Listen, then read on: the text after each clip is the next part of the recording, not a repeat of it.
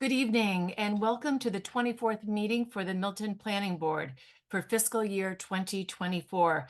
At this time, I would like to now call the meeting to order and begin with introducing the board members this evening.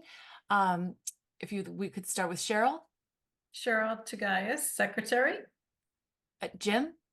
Jim Davis, member. Maggie. Maggie Oldfield, member. Sean. Sean Fahey, member. Great. And myself, Meredith Hall, serving as chair. And now to introduce our staff, Tim. Tim Zerwinski, Director of Planning and Community Development. Great. And do we have Josh or Julia? Josh Eckhart-Lee, Assistant Director. Great. Thank you. Julia Getman, Clerk. Great. Thank you, Julia. So I would now like to open it up for citizens speak. We're going to try to keep this brief. I don't know how many people we have on, but if you see, there is a group of 4 residents who have asked to speak tonight that I am going to give them a little more time. It might be Bridget Conroy, Rachel Shuey. Who are you seeing in the? They're together all in one room. Kristen Bagley Jones, I know, is in that group. So I mean, we'll consider those 4 Okay. people, and they can kind of pool their time, I guess. Sure. Why don't we invite Kristen in and see if there's anyone else who would like to join her and speak together. I'm going to allow them a few more minutes because they had requested some time on the agenda, but we had already set the agenda for tonight. Hi, this is Kristen Bagley Jones. Can you hear me okay? Yes, Kristen, welcome. Great. Thank you for giving us some time. The 4 of us are here, so we'll be quick, but Okay, great. would like to have some time to speak. So thank you. If those other folks could raise their hand so I can kind of bring them in if they want to Sure. chime in, because they're not able to talk right now. We're all in the same room. Oh, They're you're all physically here. together. Yes. I'm sorry We're about that. physically together. Okay, so I'm just going to speak for a minute. Thank you for hearing from us tonight. We're here tonight to talk to you about a plan for moving Milton forward. After the recent vote on zoning, we thought it was really important for residents to come together and try to figure out next steps. Some of us in our group tonight, some of us voted no on the recent referendum. Some of us voted yes, but we all agreed that we're very concerned about the divide we've witnessed happening in Milton. We don't pretend to be experts in zoning, nor do we think we see the answers. We are here tonight to ask you to move forward with a compliant plan of 25%. We have 4 specific asks that we'd like to ask from you. The first person we'd like to hear from is Rachel.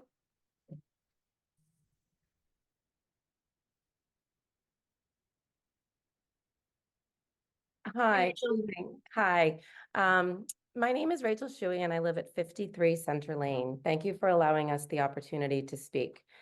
Our first request is for the planning board to create avenues for constituents to communicate in positive, constructive, and meaningful ways with the board about the MBTA zoning.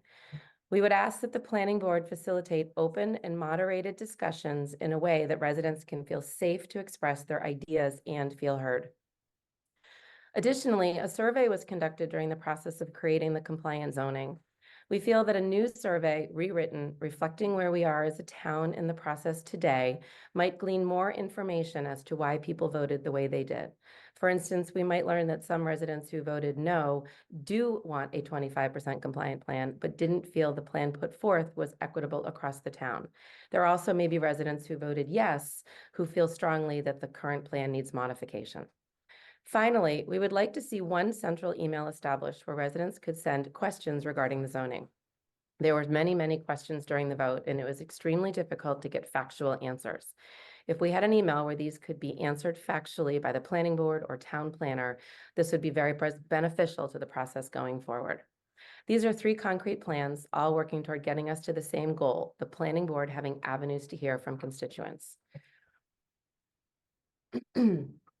Great. Thank you, Rachel. Thank you. Hi there, I'm Amy Flanagan. I live at 36 Wood Street. And we just heard from Rachel about hearing from the constituents. Now I want to talk a little bit about communicating to the constituents once we've heard from them. We've been calling our little group moving forward as One Milton, and we've been talking to a lot of people in the town, and we really think communication is imperative to not only getting us to a plan that works for everyone, but also bringing down the rhetoric. The rhetoric during this election really got to a place that I don't think anyone in town was appreciating, enjoying, or wanted moving forward. One of the things that we thought added to that rhetoric and the rise of the dialogue was misinformation that just happens when people don't constantly have access to real information. So as Rachel was talking about, having, moderated dialogues and having an email address where people can give, straightforwardly give their questions, we want you to have, one place in town where people can go for the answers. So maybe it's a page on the website where the definitive answers are there. There were a lot of questions being thrown out and different people had different answers. And a lot of them had a little bit of factual information that kind of maybe went in the wrong direction. Like these things happen. It's a game of telephone. So if we had one place on the site that people could go to and get the answers, that not only would help people understand the planning process, but it would also take the air out of that dialogue that just got way out of hand. The other thing that we would love moving forward is for you guys to run through your process of how you got to the last plan, and kind of like you did for town meeting, but now with more background and context that would be appropriate for a bigger audience. And this would help people understand the facts behind what they saw and what they heard, that the facts behind the rhetoric. So that would be really helpful. So the first two asks were for you to hear from the town and for you to communicate from the town. And now Bridget Conroy is going to come here.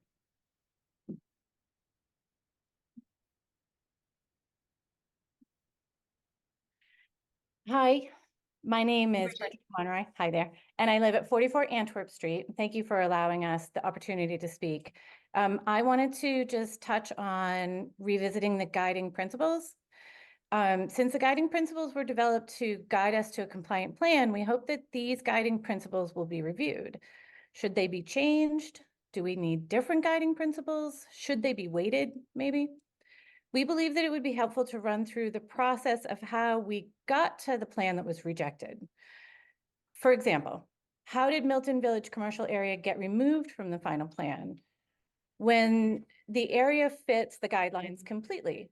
If the reason is because it was zoned a historic district, when was this zoning put in place? Couldn't the feel of the commercial strip be kept and additional housing be allowed?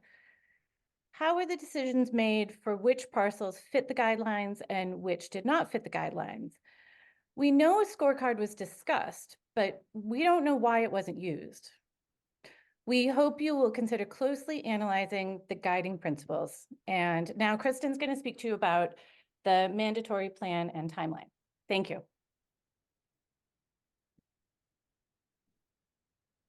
Hello, everybody, again. Thank you. So the last point we want to make is we're asking you as the planning board to come up with the 25% plan, even if it's in conjunction with the 10% plan. We'd like you to work on both. We want to become compliant.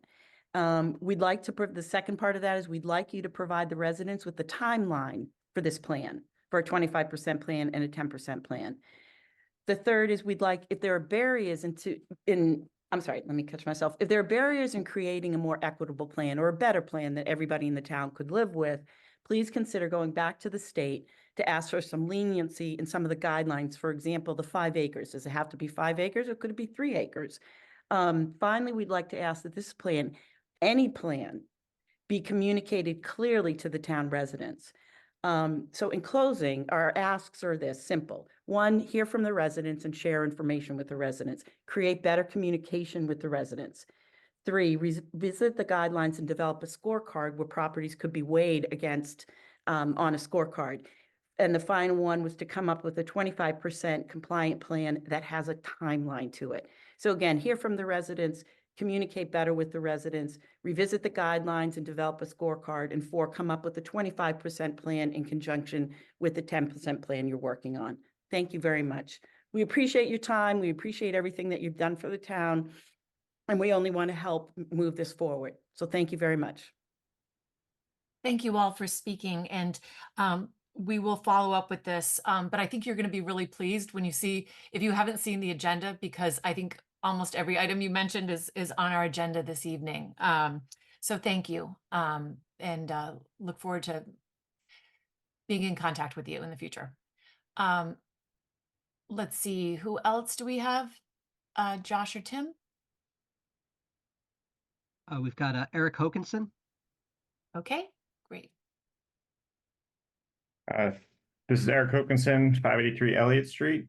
I'll reiterate some of the points that were just made. I think it's really critical that the planning board in developing a new bylaw have a focused plan to manage the project. And that includes identifying what data and analysis need to be completed and developed, a detailed schedule, including what topics will be discussed at what meetings, deadlines for both deliverables and decisions, and then especially important is how those decisions will be made or using what criteria will be used to evaluate potential districts. I think it's incredibly important that in the interest of transparency and accountability, that plan is online and published as a part of this plan.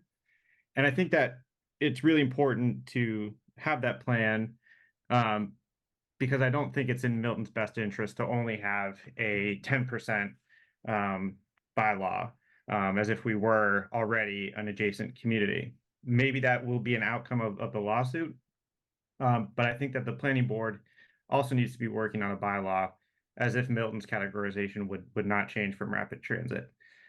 It's clear that the state has an interest in the swift resolution of this lawsuit, and the requested relief includes a requirement that Milton implement a compliant bylaw within 3 months of a ruling. That's not a lot of time to do a really big job. And I think we saw that over how long it took us to get the bylaw that we did have and all the time and energy and effort that went into that. And so it's critical that the planning board not wait for such a ruling, given the potential risk of losing local control of our zoning, which was predicted by many and is the requested relief in a lawsuit should Milton fail to develop that zoning within 3 months. Clearly outlining a process and having a timeline for both classification scenarios is critical for success, and I urge the planning board to do both and be prepared for either outcome. Thank you. Thank you, Eric. Anyone else?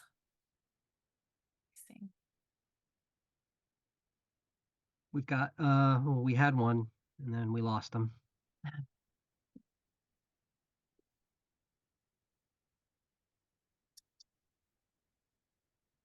Okay. I'm not seeing any more hands. Still plenty of time on the agenda, folks, if folks want to chime in. Yeah, going up and down. Yeah, I'm going to try to grab John and he can tell us if he wants to talk or not. John, we saw you maybe raising your hand. If you don't want to talk, that's fine. I just wanted to see if you might have been having some technical difficulties. And No, I see Jim Coyle. How do you, I didn't put my credentials in. I don't know how you know who I am. Okay. Can you hear me? Yeah. Yes, welcome, John. All right, Tim, thank you. Yeah, thank you. John Rowe, 23 Parkwood Drive. I just want to say bravo to the ladies who spoke first. I agree with them 100%. I'd like the people in the meeting and especially the board to know that I am a proponent of the MBTA zoning requirements, and I would like to see 2,500 new housing units built in Milton as soon as possible. I voted no for the planning or the zoning plan, specifically for a number of reasons. One, I thought it was disingenuous to knock 500 units off the $2,500 or $2,500 or $2,400 requirement by zoning them on Mass DOT maintenance facility between Granite Avenue and the Expressway, knowing that they would never be built. And I encourage this board to look at a plan that could be built out realistically, spread out across town. And there are a number of ways I think you can do this, and you can knock off a lot of the 2,400 units. You could knock off if we zone for large apartment blocks in various areas, and one of those areas is in my neighborhood. And I would not oppose that. On Randolph Avenue in the old Pepsi Cola plant, I think you could zone for a large apartment block there. It's on the 240 bus line. It has good access to Route 128. And it's on Randolph Ave, a major state highway. Other areas that I think you should look at is Milton Village, Lower Mills. I don't know, the extra storage warehouse, I think would be a prime opportunity to build a large apartment block right there on the Mattapan line, on the Mattapan trolley, as well as other areas on the Elliott Street, Milton Village area. I think another gentleman talked about that as being in a commercial zone. And I think that if you zone for large apartment blocks there, with parking, access to the trolley, that we could potentially build this stuff out. And I'm a proponent of building the housing out, not end running the law, which I think is what was approved by town meeting and I voted no for. Thank you, John. Yeah, okay, thank you. Thank you. I appreciate you speaking. We have one more thing, speaker. One more, before I go. Yeah. I think it would be helpful if we could have a forum for people to talk about this. And maybe we need to have a big forum, a formal forum to invite people.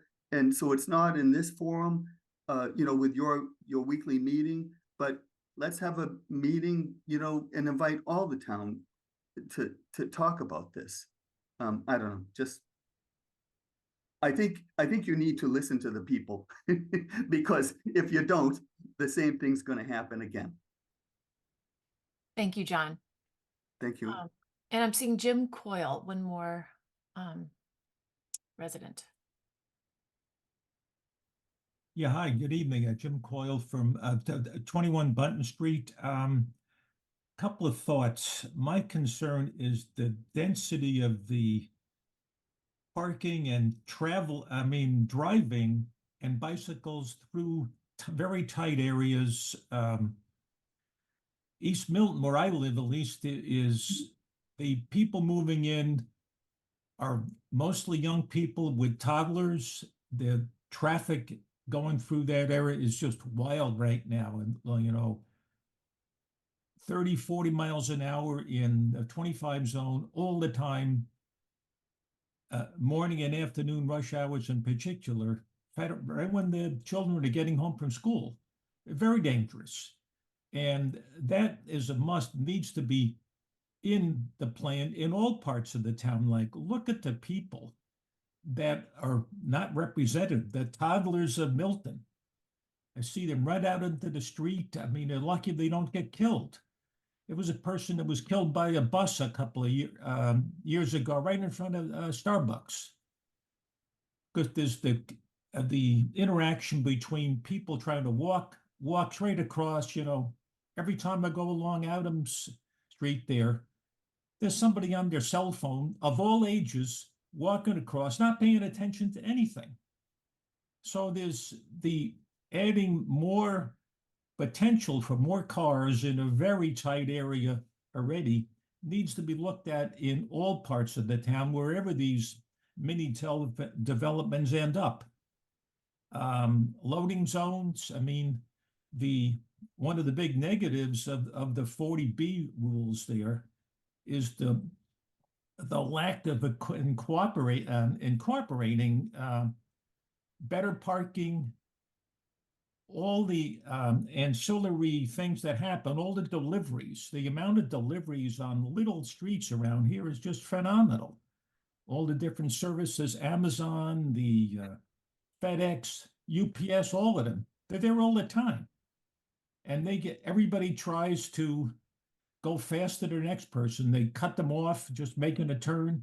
It's out of hand already. And I would hate to see any more development in East Milton unless the proponents of bicycles and walkways and all that are in on this plan wherever they are and make that part of the plan. Maybe it's widening streets, or you like the old fire station, East Milton. Well, it's going to be gone, but there's an opportunity there. Make the walkability much, much better everywhere for everybody's safety. So we don't have any more serious problems there. It's a shame what's happened right now. And the 40B rules kind of box that project in. So it's sad, really. So I'm speaking for the toddlers of East Milton. That's why I'm on tonight. I was just thinking I'll talk to a lot of my neighbors. They're all new here. Pleasure to meet all of them. Let's think of them too, whether it be in Lower Mills, wherever it is, along Randolph Avenue. Get the parking, the bicycle lanes and stuff like that, sidewalks on paper as part of your plan. And then whatever's left, put the buildings there. Do it in the right sequence. I think, Tim, you probably agree with that. I mean, it's I know you've brought this up and other people are proponents of all that. Make it much more walkable so that this whole overall project has a chance of succeeding. There's another place right near the hospital and the library there. Can somebody, come up with some plans in there? I'm sure the architects could come up with something that would look good and fit in that area there. Again, on Randolph Avenue, and there's that's Reedsdale, excuse me. But anyway, I think that's enough. But Thank you, Jim. okay, anyway, thank you very much. Have a good evening. Thank you. Okay. So, so I have asked Tim to sort of open up our discussion, our initial discussion with really, and now that I'm hearing some of the questions for people, Tim, if you could feel free to add in not only what we were looking at for our guiding principles, and what we were doing, what we've been doing for outreach. I think a lot of people have just come into this sort of late in the game, and they for whatever reason were not aware of all the public forums that you have held in various locations throughout town trying to do outreach.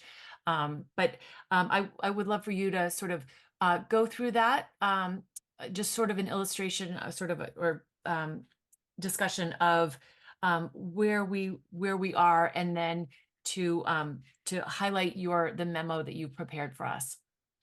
Yeah, And thanks. Thanks, Meredith. And it's funny, sort of being kind of, this is the oxygen that we've been breathing for 2 years. And so, when you hear from folks that maybe have not been breathing that same air for as long as us, I am sympathetic, actually, to a lot of the comments we heard tonight, because it is a ton of information. It's been a complicated process. It's been a long process. And I think the nature of kind of dealing with such a weighty and complicated issue with such a tight deadline, this was a moving target, slippery target up until the very end. And so I think a lot of sort of the public education that we did was iterative and building on the last thing. And I think we did our best to kind of bring people along and make sure that folks were kind of up to date on what we're up to. But we almost didn't really have much of a choice except to continue moving forward and building and trying to explain. So just a couple things, and I've been talking to Josh and Julia about this. I'm going to share my screen real quick, if you folks don't mind, just so everyone's aware.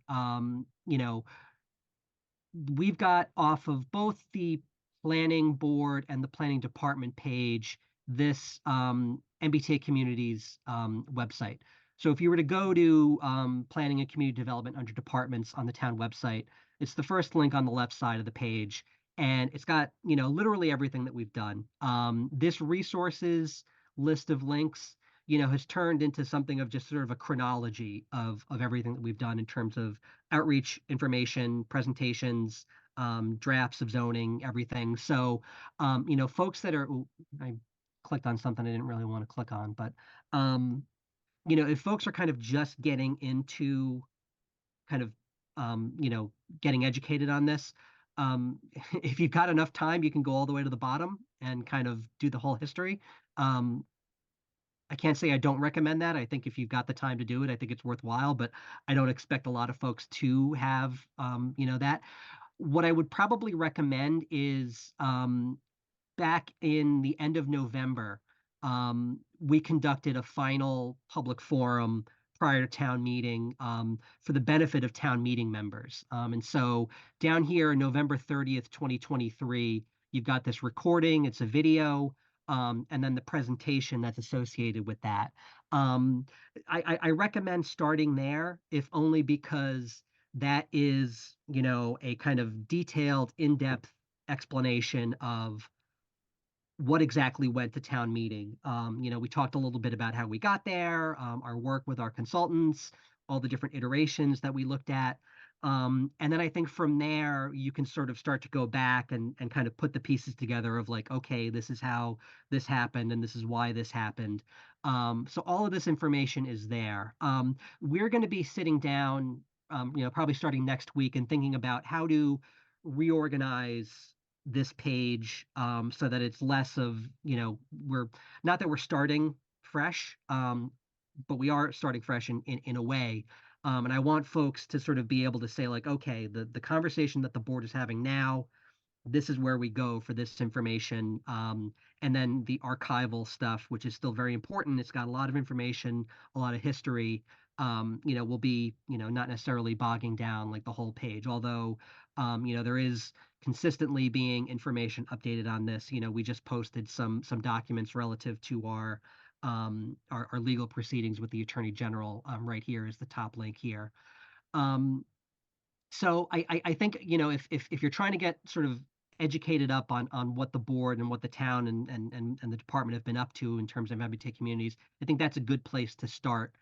I think, we just heard a lot of, I think, really good comments, and I think really, hopefully the board takes some of them to heart. I think, as we kind of went through, we're not in a great place as a town right now. No one ever wants to be sued by the Attorney General, but we've learned a lot of lessons, I think, and I think we've got an opportunity to do things better, this time around.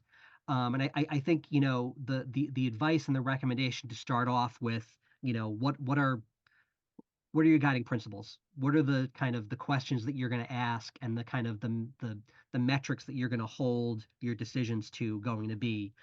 Being clear on those at the outset is really important. I think, as we were going through the MBTA community's kind of zoning development process, we had an idea in our head of things that are important based on previous planning that we've done, the master plan process, the housing production plan. I think as we heard things from people who are participating in the process, we learned a little bit more about, what was important. As we were starting to work with the compliance model, we learned a little bit more about, okay, this is how the guidelines and the regulations in the statute actually kind of play out on the ground. And we learned a little bit more about, how that might affect how we so we were kind of cobbling these things together as we went. I think that, and in that presentation to town meeting members, and I think the presentation that we gave at town meeting also includes those sort of, these are the principles that undergird, the Article 1 zoning. I think they're good principles. I think that, they're kind of tough to disagree with, although if people do disagree with them, there's obviously reasonable people can debate these things. But I think one thing that is going to be certain, and we knew this developing Article 1, and I think we know it even more as we sort of go into this process, is that a lot of these principles are going to be in tension with the requirements of the MBTA communities law, whether it's 25% or 10%. And I think the memo that I sent to the board, which I'll spend just a little bit of time on because hopefully folks read it, and it's long, but it's got a really just simple message in it that we'll highlight. But you know, there are different things that we're going to be dealing with if we're talking about a 10% situation versus a 25% situation. But I think understanding upfront, like here are the things that we think are important, that are our priorities, and if we're going to go against one of these priorities, here's the reason why. And being able to answer those questions, I think, is a big part of kind of the transparency and the kind of accountability, you know, that folks are looking for. Do you want me to talk really quick about the memo? Yeah, and I just, yeah, and if you would just want to just talk about, you know, that we will be, it's on our agenda to talk about public outreach strategy. So that is one of the things that was mentioned earlier. And we will, you know, certainly be discussing that later this evening. We will also be discussing a timeline, which is also was one of the items that was mentioned earlier. And so I think what at least I feel is I am in agreement that we should have a parallel path, that we should have a 25%, we should have a 10%. And I think we can, we have put a lot of work into our 25%. There's definitely things I think that we want to address in that. But looking at what does this mean in a 10%? Cheryl, I see your hand up, and then I'll let Tim go ahead and just sort of walk through. Cheryl, go ahead. Yeah, I wanted to make a suggestion because Tim's memo is focused on starting to think about 10% as a plan. I did want to suggest that we talk about the guiding principles and a scorecard and a schedule and timeline and so forth before we actually get into details Yeah, of a Tim, do you mind 10% just plan. highlighting? Yeah, do you mind just highlighting sort of what those guiding principles are? And then Cheryl, I would like to maybe have you introduce sort of what you've put together following Tim's presentation. So Okay, thanks. Yeah, give me just a second, because I know that it's sort of within the body of your memo. So oh yeah, that's right. I totally forgot that. Yeah, it's at the bottom of the first page and the second. So I go. thought that would be covered. Yeah, with that. So you know what, Meredith, I'm actually going to bring up, it's in a presentation I gave. It's just it'll be able to be on one big slide. Yeah, that's a great. on the Yeah, screen. I think that's a great idea. I just need to scroll down here. Sorry. And we'll be able to put this memo up on. Yeah, I haven't posted it yet. I wanted to kind of talk through it a little bit Right. before we did that. But Right. I'm going to share my screen real quick again. And so again, these are sort of, you know, these are derived from previous planning, things that we learned from outreach, you know, during the process, and again, kind of things that we learned from working with the model. And I don't necessarily think these are in order, but we can talk about that. But I do think that, you know, the first among equals of these was preserving the physical character of the town. This is something that is, you know, consistent throughout the master plan. It's consistent through every conversation I've ever had with anyone about development in the town of Milton, is that, you know, we treasure the physical character of the town. Not exceeding the requirements in the statute and the guidelines. In the case of Article 1, 2461 was the unit capacity number. That's a significant number of units to zone for. You know, we weren't necessarily trying to sort of go too far above that. And so that affects some of the decisions you make to sort of stick to, you know, those minimum requirements. Disincentivizing teardowns, that's akin to preserving the physical character of town. If we can develop zoning that promotes reusing existing buildings, existing footprints, whether it's a single family house or a larger building or a historic building, we want to disincentivize tearing down our existing, you know, built environment. Avoid rezoning historic districts and parcels with historic structures. You know, again, this is kind of related to preserving the physical character of town. We don't yet have a local historic district. We're working on that. But right now we have, you know, identified historic districts, but they don't actually offer protection from redevelopment. So, you know, we didn't want to put significant swaths of Milton's historic fabric at risk of redevelopment without having those protections in place. Zoning larger non-residential parcels to prevent displacement and minimize impacts. When we talk about impacts, I mean, we're talking about literally, are we going to have apartment buildings cheek to jowl with single family neighborhoods? There are places where it couldn't be avoided, but to the extent that there are larger parcels where, more traditionally kind of conceived of apartment buildings were possible, we wanted to zone those places. And so that's why you see some of the larger parcels. The non-residential parcels were not in a position where, folks are being displaced from their homes or anything like that. Taking advantage of existing multifamily housing. We don't have a ton of multifamily housing in Milton, but we do have some. And this is something where, I definitely, I understand the idea of, we want to, some folks are very interested in zoning for stuff that's actually going to get built and, not kind of trying to game the system. At the same time, Milton has contributed to the production of multifamily housing in the region, not a ton, but some.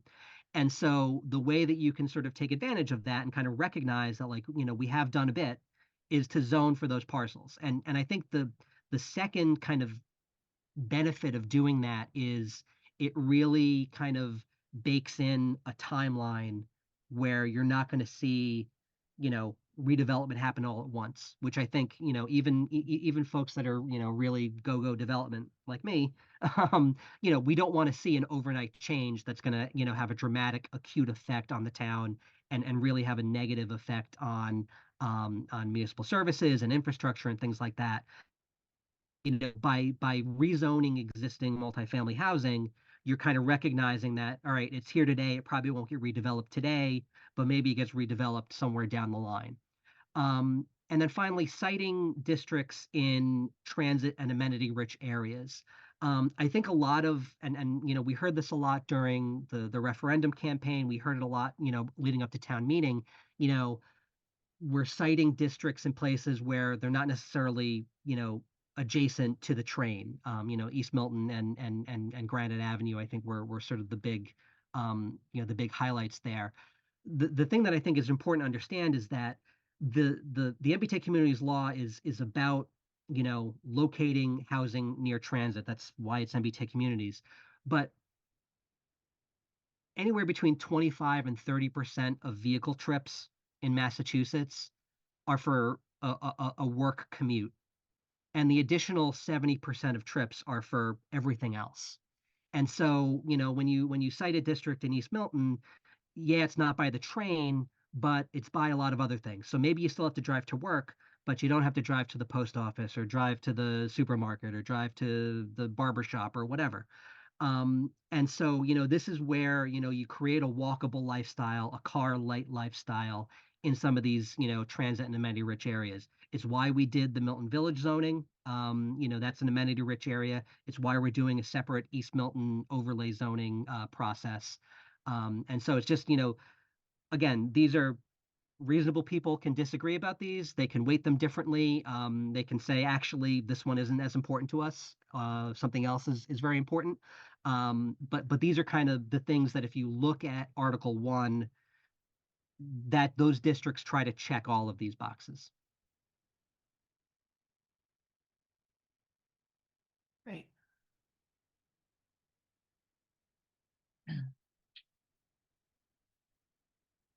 All right. Did you want to go through any of your analysis just to give a context for folks on how complicated this is? Well, I mean, Sean's got his hand up, and then Oh, sorry, I didn't see that. I think it's up to you to kind of, you all to Okay. decide how you want to proceed. Okay. Sean, yeah. Yeah, at some point when we review that list, could you put that back on the screen for a moment, Tim, please? I think it would be helpful for us to recognize not only the benefit of each of those principles, to create zoning that would be appealing, but also recognize how some of those principles are creating unappealing zoning. For example, zone larger non-residential parcels to prevent displacement and minimize impacts. You know, it's probably worth examining minimize impacts, because although it may have minimized impacts in some part of town, it has created impacts in another part of town. And, you know, also we're preserving the physical character of the town. Well, when we do that, we also are probably not utilizing some of the areas of the town to take advantage of transit as well as we could. So, you know, I think this is true of some of these. So I think as we go back to considering the principles, we should consider how some of the principles have had a negative effect, as well as have had a positive effect. Right. Thank you, Sean. So Tim, the only other thing I would ask that you would maybe highlight is sort of along the guide regarding the guidelines and how we have been constrained, listing off the next bullets of what our guidelines are and how that has really tied our hands in many ways on what parcels and how we put this together. Yeah, right there. Yeah. So and and I think Sean, I think the points that you just raised are excellent. And I think is definitely something that, you know, we should have a broader conversation about, because you know, you're absolutely right. These things, there are trade-offs and tensions, and I think there's tensions within those principles, and then there's tensions with these kind of requirements that are either in the statute or in the guidelines. And so those principles, and whatever principles the board comes up with, you know, I would consider to be kind of self-imposed constraints. And I don't mean that in a negative way. I mean, it's, you know, these are things that are important to us, and we don't want to just sort of have this be a numbers exercise. This is, you know, what our values are. The requirements and the guidelines and in the statute are kind of the sort of external constraints that, you know, this is just the box that the law puts us in. So the statute says, you know, your overall density has to be 15 units per acre. Okay. And so that's it. You know, and that, you know, affected the composition of some of these districts. It affected, you know, the units per acre in Milton Village versus Elliott Street Corridor versus Granite Ave. Everything's got to add up to 15 units per acre. The whole district has to be a minimum of 50 acres. And one thing that, you know, we'll talk about as we sort of talk about, you know, an adjacent community situation, is that for other reasons, we didn't really have to worry about acreage in Article 1, because just in order to get to 2461 units, we're just going to be way over 50 acres anyway. I think if you want to consider 10% zoning, that acreage number now becomes actually super relevant. The minimum unit capacity, the 50 acres and the unit capacity are both functions of what the guidelines consider to be a district of reasonable size. And the statute says that a district has to be a reasonable size. And then it sort of leaves it to the guidelines, you know, to say, what does that actually mean, reasonable size? So there's a physical size, 50 acres, and then there's a, you know, what's in those 50 acres. And this is like your zoning district has to zone for this many units. So if we're a rapid transit community, we've got to zone for 2,461. If we're an adjacent community, we have to zone for 984. So 50 acres with that many units in it. At least half the district acreage and half the unit capacity have to be in the transit area if you're a rapid transit community. And I think this is one of the fundamental differences between rapid transit and adjacent community, because definitionally, if you're an adjacent community, you don't have developable area within a half a mile of transit in your community. And so if down the line, the guidelines sort of make that determination, this requirement goes away. And I think that's another thing that, you know, was a real constraint on the zoning, where no matter what we did, we had to make sure that half of those 2461 units and half of that minimum of 50 acres was within a half a mile of transit. And so it kind of forecloses a lot of other opportunities that you might have. And I think, you know, if you go back and think, you can remember some situations where this came up. And at least half of your sub-districts have to be contiguous. You're not required to have one big blob of a district. You can have different sub-districts. There's 2 requirements there. Every sub-district has to be at least 5 acres, and then half of your district has to be in a contiguous chunk. So again, if you go back to the minimum size requirement, that means you've got to have at least 25 contiguous acres if you're at that minimum kind of requirement. And so again, you can, if you took all of these away, you would draw a zoning district that looked a certain way and it achieved all of your goals and it would be great. But if it didn't add up to 15 units per acre, or half of it wasn't contiguous, or there were 3-acre sub-districts out in the middle of nowhere, you'd have to kind of pull those back and try to rethink them. So the guidelines offer flexibility, but also a ton of constraints that, we bumped up against continually over the course of, the 18 months we were drawing this stuff up. Right. Okay, Cheryl, I see your hand up. Yes. I just want to ask all of us to be thoughtful about the words that we choose.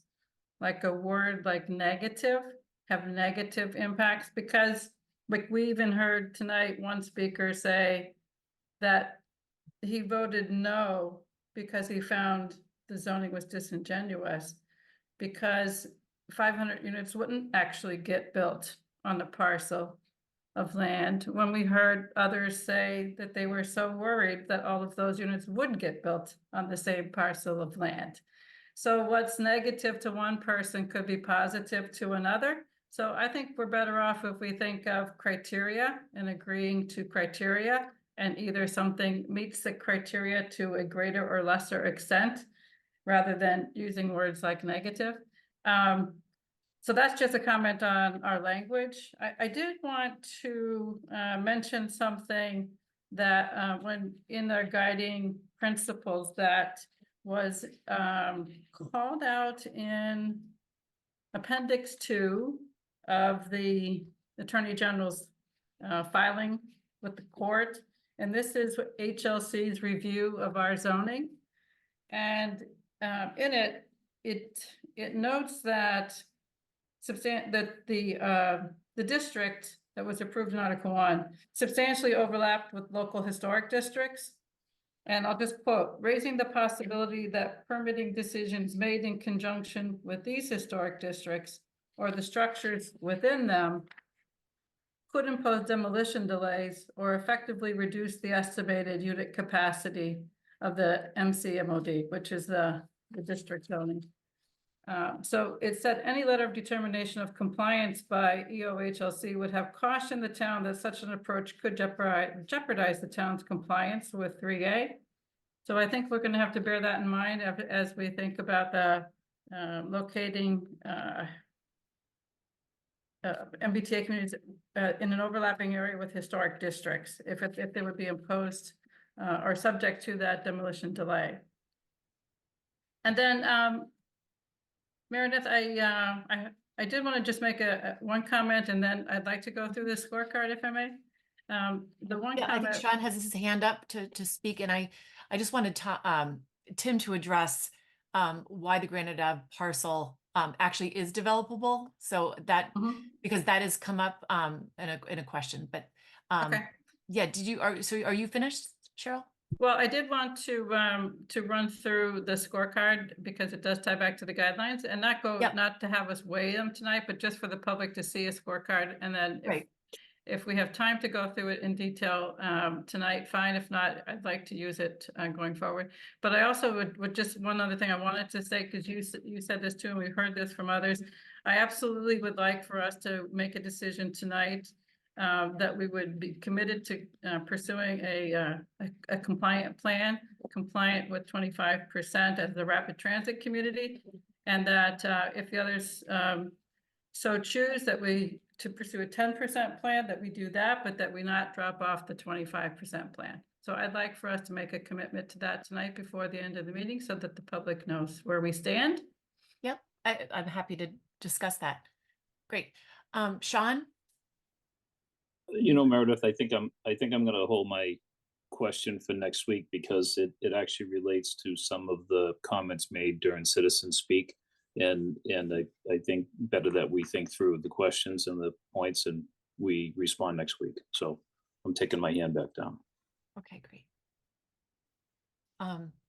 And Tim, that was one of the things I was just going to mention, that there are certain types of parcels that we cannot zone over. So when we're considering, what the locations are and where these districts are, there are some that we cannot, but there's reasons why there are exceptions to those. So do you want to just highlight that, Tim, for people who are? Yeah, so there's there's a couple kind of types of what they call excluded land. And the way that the guidelines work is we're measuring what they call developable land, and that just means you can build something on it, whether it's vacant or it's got another building on it or whatever, it can be built upon. The different types of excluded land are kind of what you would expect. Wetlands, surface water, you can't zone Turner's Pond. Excluded land is, rights of way. You don't get credit for zoning the middle of the street for obvious reasons. A couple other ones, institutional uses, so hospitals, schools. You can't. They don't want you to rezone Curry College. A lot of big land. And imagine we built 1,000 units on Curry College. Curry College is never going to do that, and so it's considered to be kind of an end around of the guidelines. And then the other piece of excluded land, and I think this is super relevant for folks that maybe have not been, super plugged in and are now super plugged in, is public land. And so you're not allowed to rezone, town hall, for instance, or, the East Milton Fire Station, because the presumption there is you're using town hall for town hall functions, and there's not a reasonable expectation that housing will be developed on that public land. Now, the exception to that guideline is if a piece of public land has been, recently put out for disposition for housing redevelopment purposes, you can include it in your zoning district, because that is showing a commitment to housing development, and there's a reasonable expectation that there'll be development there. And the other piece of public land that you could rezone is land that is identified in a state-approved housing production plan as a sort of a strategic, future potential housing site. And I think this is where the Granite Ave parcels come in, the state DPW yard and the park and ride lot. Those are in our housing production plan as, potential housing sites. And the reason why they're in the housing production plan is the sort of the history of, the state's interest in disposing of that land for redevelopment. Most recently in 2013, 2014, there were discussions and negotiations between the town and the state on purchasing at least a portion of that parcel. So, we were allowed to rezone that, because there is a history, and there is, again, given especially the administration's, interest in redeveloping state land for housing purposes, there's a presumption that there's a possibility that you could develop housing here. And so that's kind of the excluded land versus developable land kind of distinction there. Thank you. That was really helpful. I think for people who are just, thinking about parcels, I've heard things like, let's zone, over the over Hutchinson Field, for example, certain things that are conservation restricted. Trustees of Reservation owns that. The Blue Hills Reservation, there's other things that people think, oh, why can't we do it there? So thank you. That's very helpful. Jim, I see your.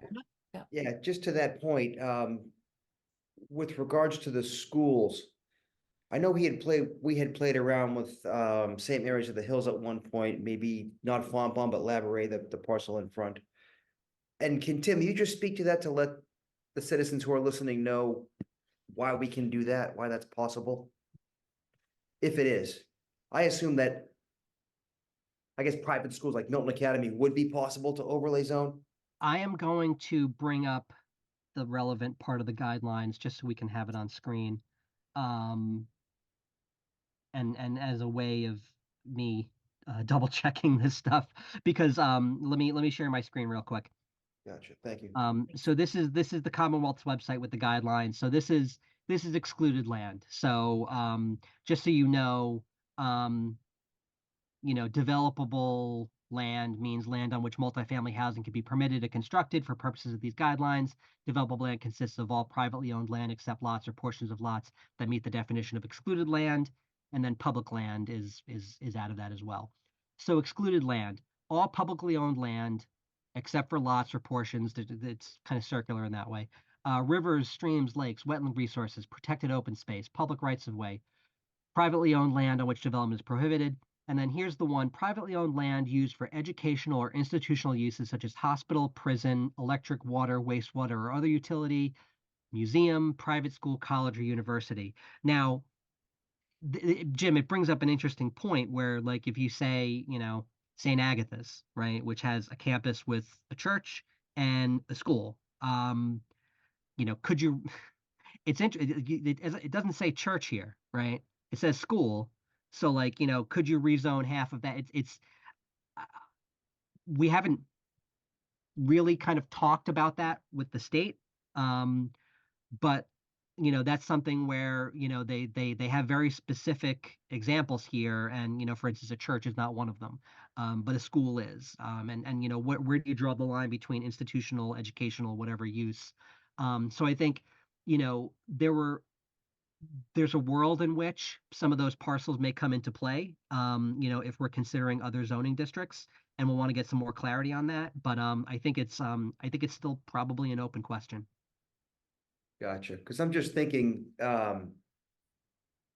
Labouré used to be Aquinas, and then for a while there, when Aquinas College folded, the parcel was for sale, and Fontbonne bought it. And then I'm also thinking of the rectory on Fontbonne that went up for sale, and Milton was going to buy it for a school. And I get that's private school to municipal use, but it's still confusing to me. And I appreciate your answer. And I don't have any parcel in mind right now that I would overlay immediately, but I'm just thinking of options if we have to stick with 25%. And I wish we could get those answers. So is it the kind of thing where we would maybe overlay, and I'm just throwing out Fontbonne hypothetically, and then go to the state for guidance, or can we ask them up front? I think that would be a question that we would ask up front and say, like, look, here's something, it kind of, especially you're right, we were talking about potentially purchasing, the part of the Fontbonne campus. It meets the definition of institutional or educational use, but also there's a very recent history of, them trying to sort of offload some of this land for, who knows, they eventually went in a certain direction. So I think that's definitely something where some kind of direct guidance from the state would be, would be good. And I think they'd be happy to give it to us. Whether or not we like the answer is specific enough, is another story. But I think that's the type of question that they're there to answer. Okay, thanks. Yeah, we have a second bite at this apple, and it'd be nice to get it right. Good. Thank you. Thank you. Thank you, Jim. Sean? I see you. Yeah, I definitely, probably a concern that I think I'm not the only one that has. When you get into that, and if you ask the question and they say yes, there's an awful lot of people that consider Fontbonne an asset, to this community. And when we get an acknowledgement from the state that we can do it, we begin going down a pathway of creating zoning that potentially could eliminate that asset from the community. So I just want to, I guess, express for those people that, view places like that as an asset, or, a synagogue or a church, that we are creating the potential to lose some of the resources that people consider assets to the community. Excellent point. That's good. Thank you. I'll point out Maggie? that I believe there are Sorry, two Maggie churches. had her hand up. Oh, sorry. All right.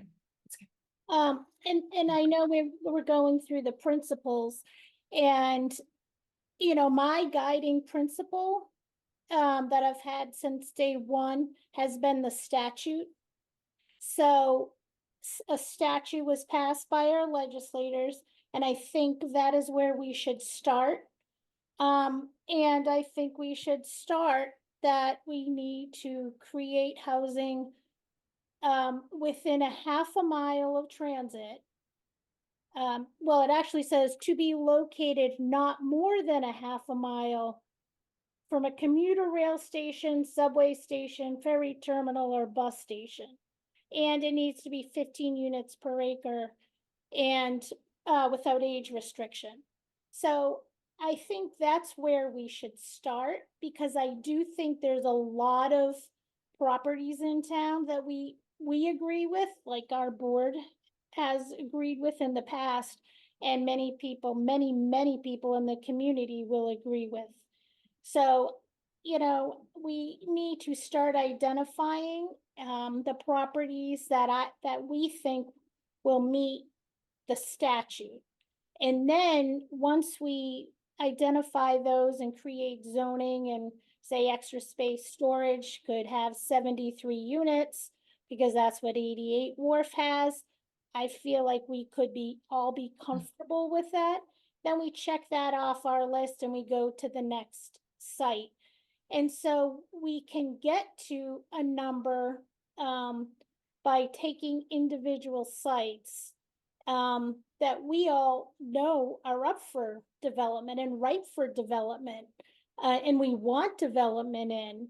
And then we can revisit, you know, or fine tune some of the other principles that are important to us. And we just also need to remember that, like with Brookline, they zoned to only build a net new of 22% of their unit capacity. They had about 7,000 units that they were required to build, and they only built created zoning to allow about 22%, or about 1,500 units. So there are ways that we can get to a number, whatever number we end up at. But I just think we should start with the parcels that I think we all agree with, and that are easy. It's easy to come to. It's easy to come to an agreement on. Thank you, Maggie. That's great.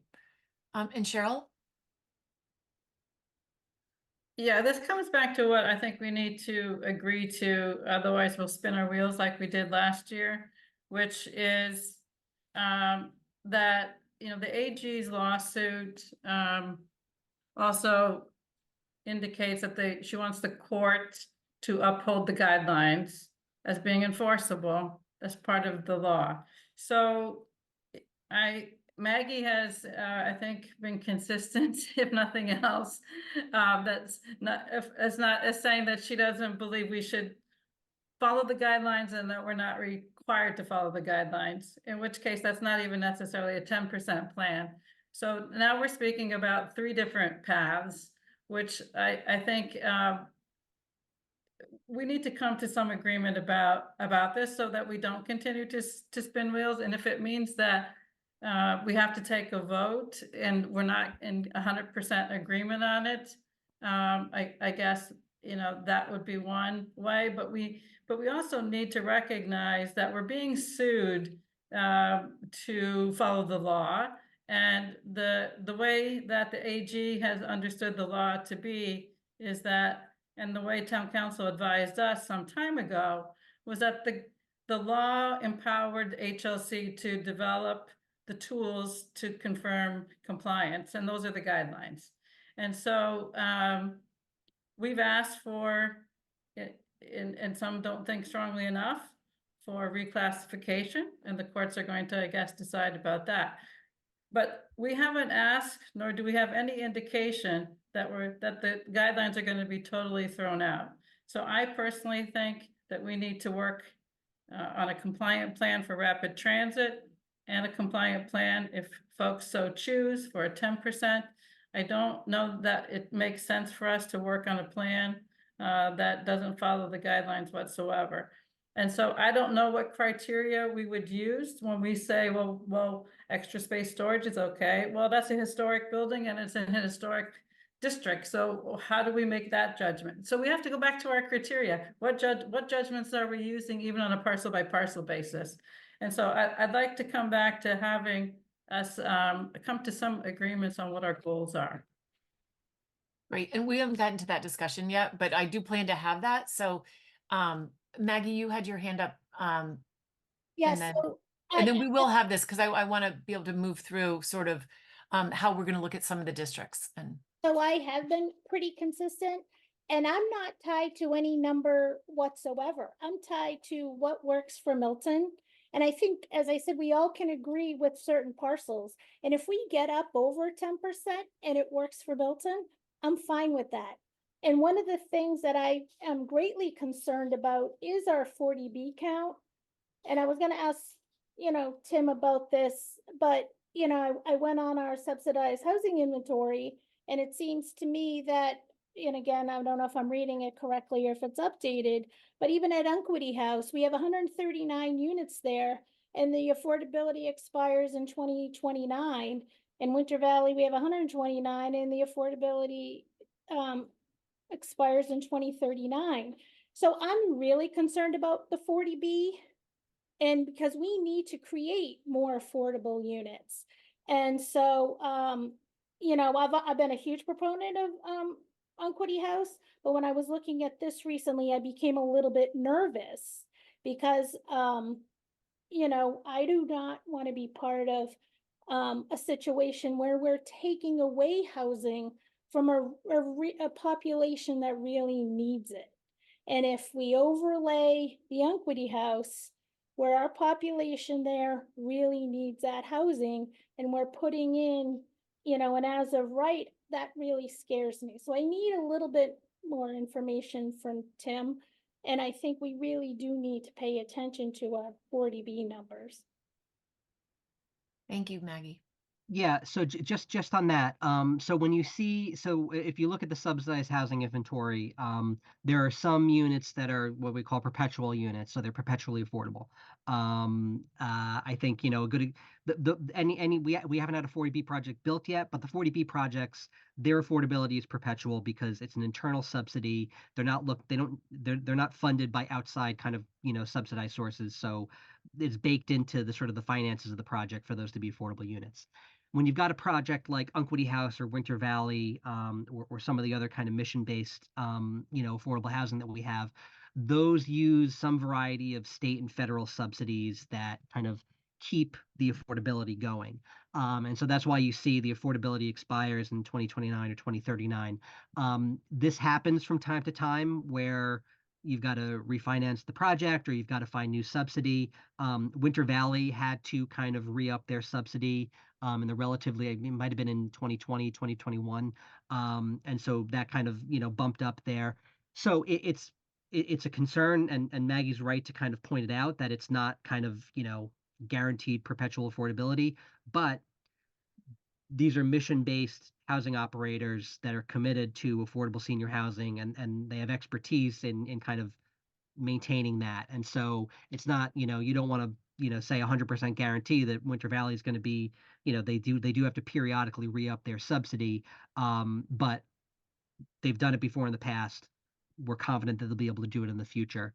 And I think, Maggie does bring up a good point where, okay, we've got this affordable housing resource today.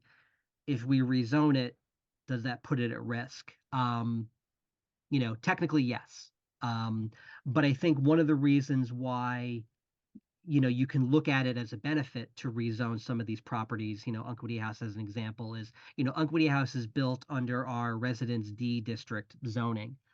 Specifically says you can build a building of this height and this many units on this property. If you rezone that property for more units, on the one hand, if you're a pessimist, you can say, well, now you can build anything there, and maybe, eventually MRE sells to the highest bidder and we get just, luxury condos on that site. Maybe that happens. If you're an optimist, you say, hey, now MRE has zoning that allows them to build even more affordable units if they wanted to build a new project on that site. When you do by right zoning, that's not kind of, owner specific and project specific, there is that risk.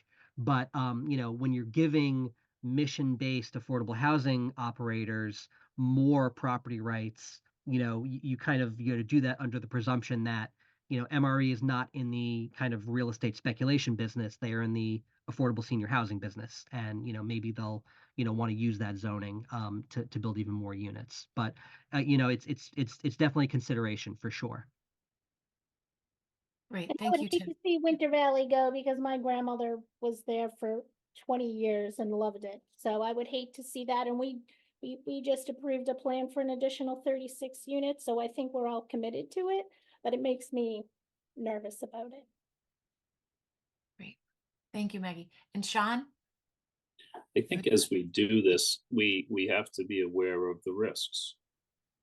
And I want to believe in my heart that those organizations that are mission-based will always be mission-based and will never deter from the mission. But the reality of it is, almost every organization today faces some level of financial stress. And if the value of the property rises to such an extent as a result of, market rate housing, and they can solve organizational problems by selling, a land resource, they may not want to do it, but they may find themselves forced to do it. And whether it's Winter Valley or Uncany House, or even what I commented early on with regard to, synagogues or churches, or, that's a risk. And however this is going to come to a conclusion at some point, and whether it's 10% or 25%, and it's obviously going to be adjudicated, we could put the town at risk of losing. We're going to lose something, right? I mean, we spoke earlier about extra space storage, and one of the speakers even talked about us zoning for it. That speaker probably doesn't understand Article 1 had it zoned.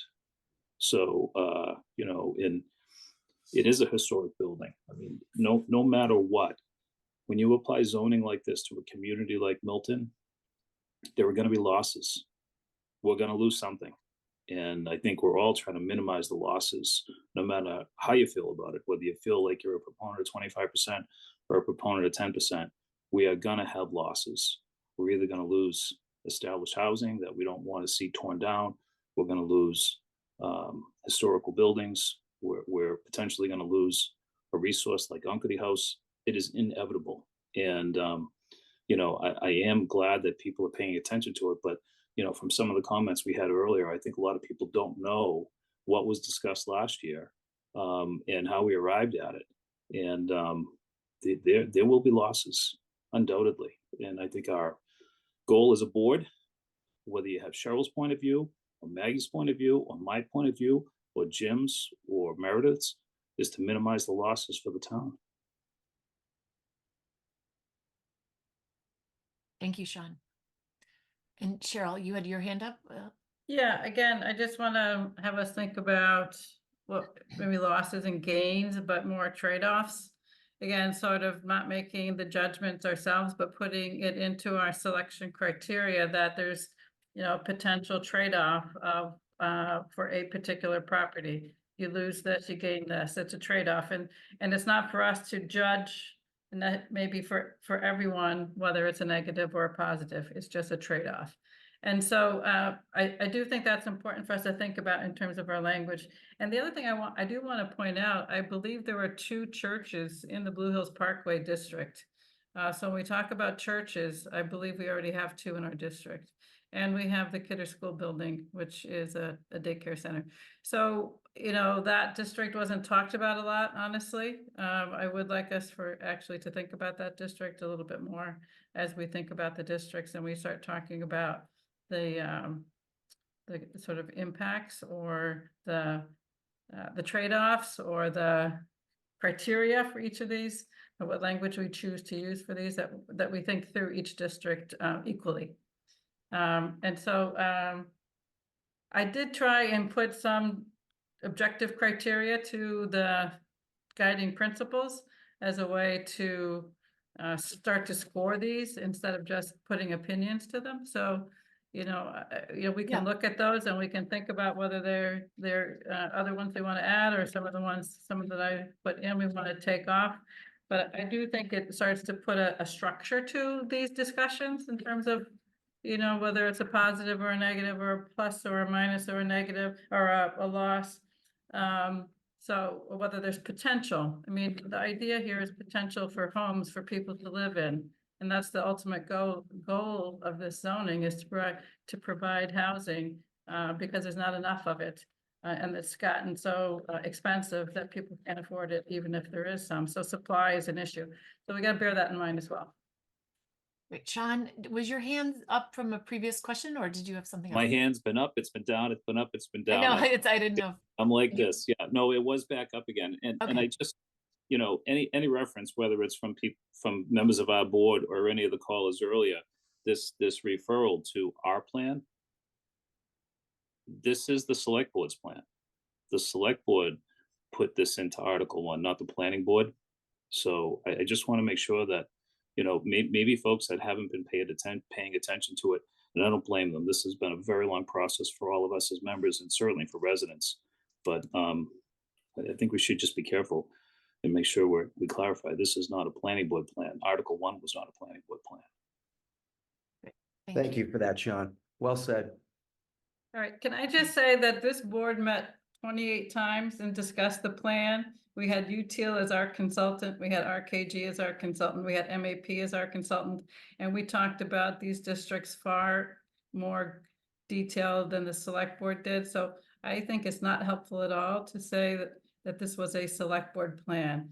Then you could say that you had no input in the criteria, you had no input into excluding parcels and including parcels, which is just not true. Right. I don't want us to get sidetracked, so we will be evaluating and going through a variety of these districts that we had been looking at. Jim, and then why don't we'll finish up with your, unless, Sean, did you want to respond to that? Again, you had your hand up, sorry. It's undebatable that we spoke and had meetings all last year. But the reality of it is the planning board recommended that this article go back. So I can't consider it our plan. I'm not going to disagree with Cheryl. We talked through many meetings and developed a lot of thoughts, a lot of ideas, and those ideas and thoughts were taken to create this article, but it still can't be considered a planning board plan. And I think we should move on. All right, thank you. And Jim? No, I just have to ditto that, but I'm going to lower my hand because it's fine. This is not our plan. That's all I have to say. Okay, great. All right. So, because I do want us to get to the site plan, just overall framework this evening, because that's going to be a really important piece of all of this. Cheryl, can you pull up on your screen? I had not had a chance to review what you added or changed, but can you pull it up? I and sort can of pull walk it up, through yeah. Okay, that'd be Yeah, great. I can. Can you all see it? Yes. Yes, okay. So Okay, it that's took, better. yeah, it took the guiding principles, and then I applied, I guess, what I consider to be objective, and we can all talk about that. But how do we define whether a district is going to be preserving the physical character of the town? So one of the things that we could talk about is, are we allowing buildings of the same height as what exists? Are we allowing buildings of the same height as exists for multifamily in other parts of town? So that's what we talked about when we said, let's look at what we have at 36 Central or 131 Elliott, et cetera. Because people were worried about getting high rises, right? So we wanted to compare it back to something that we already have in town. And then allowing buildings, allowing buildings of the similar size? So that gets to the scale of the buildings. And some of that is controlled by the setbacks, the lot coverage, and the FAR requirements. And then the building typology, is it comparable to existing? So that would be not necessarily allowing larger apartment buildings in a single-family neighborhood, for example. So that's the building typology. And then open space is the required open space comparable to what exists in that neighborhood? But because we know it's not consistent across town, some neighborhoods have more or less than others. And then the physical character, Maggie, I hope you appreciate this, the tree coverage, because, you know, having a site that's all mature trees is something that contributes to the character of the town. So how we weight these across districts, we could think about, but those are some of the things that I thought we might put under preserving the physical character. And then do not exceeding the requirements of in the statute and guidelines. I think a lot of that had to do with unit capacity. And that's really not something you can really gauge on a district by district basis, I guess. It's just, I noted it here. I'm not sure how we set up very objective criteria to weight districts on that one. On the disincentivizing tear downs, we talked a lot about not wanting to incentivize a tear down for a single family. And when we say incentivize, that means that you're allowing, like you were just talking about, Maggie, Sean, allowing more than what the existing is, so much so that the only way that someone's going to be able to use the property other than the existing single family is to tear it down. So we talked a lot about the lot size as being a factor for that. So the other thing is whether the land is vacant or not. So obviously if it's vacant, you're not having a tear down, right? If we talked about whether if a building is brand new, it's not likely to be torn down. So that this tries to get to that the existing building value is high already, so that we're not looking at a likely tear down of that. And then that the parcels or buildings themselves are of adequate size that you could do the multifamily without having to tear down the existing building that's there. Under avoiding rezoning of historic districts, I think that's pretty simple. It's either in a district or not, or it has a building that's listed on the register or not. So those are really sort of yes or no in a sense. The criteria about zoning larger non-residential parcels. This is the one I think, you know, Sean, that you mentioned about minimizing impacts. You know, the larger parcels do have a consequence or a trait that they would trigger affordable units, where the smaller parcels probably have this trait where they wouldn't. But in any case, what I put here under the parcels is really just the size. So what kind of parcel sizes do we have here? And this one actually has filled in for parcel sizes for the districts that were in Article 1. And then also whether the existing land within the district is non-residential. And then taking advantage of existing multifamily, again, it's either the zone or the district has multifamily in it, or it has zoning which would allow it, or is undergoing a current zoning process. Design guidelines in place, and then including areas that have multifamily projects that have been approved but not yet built. So this might capture the 40Bs or the areas like 440 Granite Ave or Winter Valley. And then under citing districts in transit and amenity-rich areas, really this is just, again, whether it's within a half mile or a mile, a trolley station, a bus line, bike paths, whether it has sidewalks, whether I added whether you could walk to schools, amenities, being able to walk to amenities. And then these weren't necessarily outlined in those previous principles that Tim mentioned, but we've talked about. We had a concern about not losing business opportunity, so this is about whether business or mixed use is required or allowed. And we talked a lot about whether affordable housing potential of districts. And so the trigger for requiring affordable housing is a factor. This is where the smaller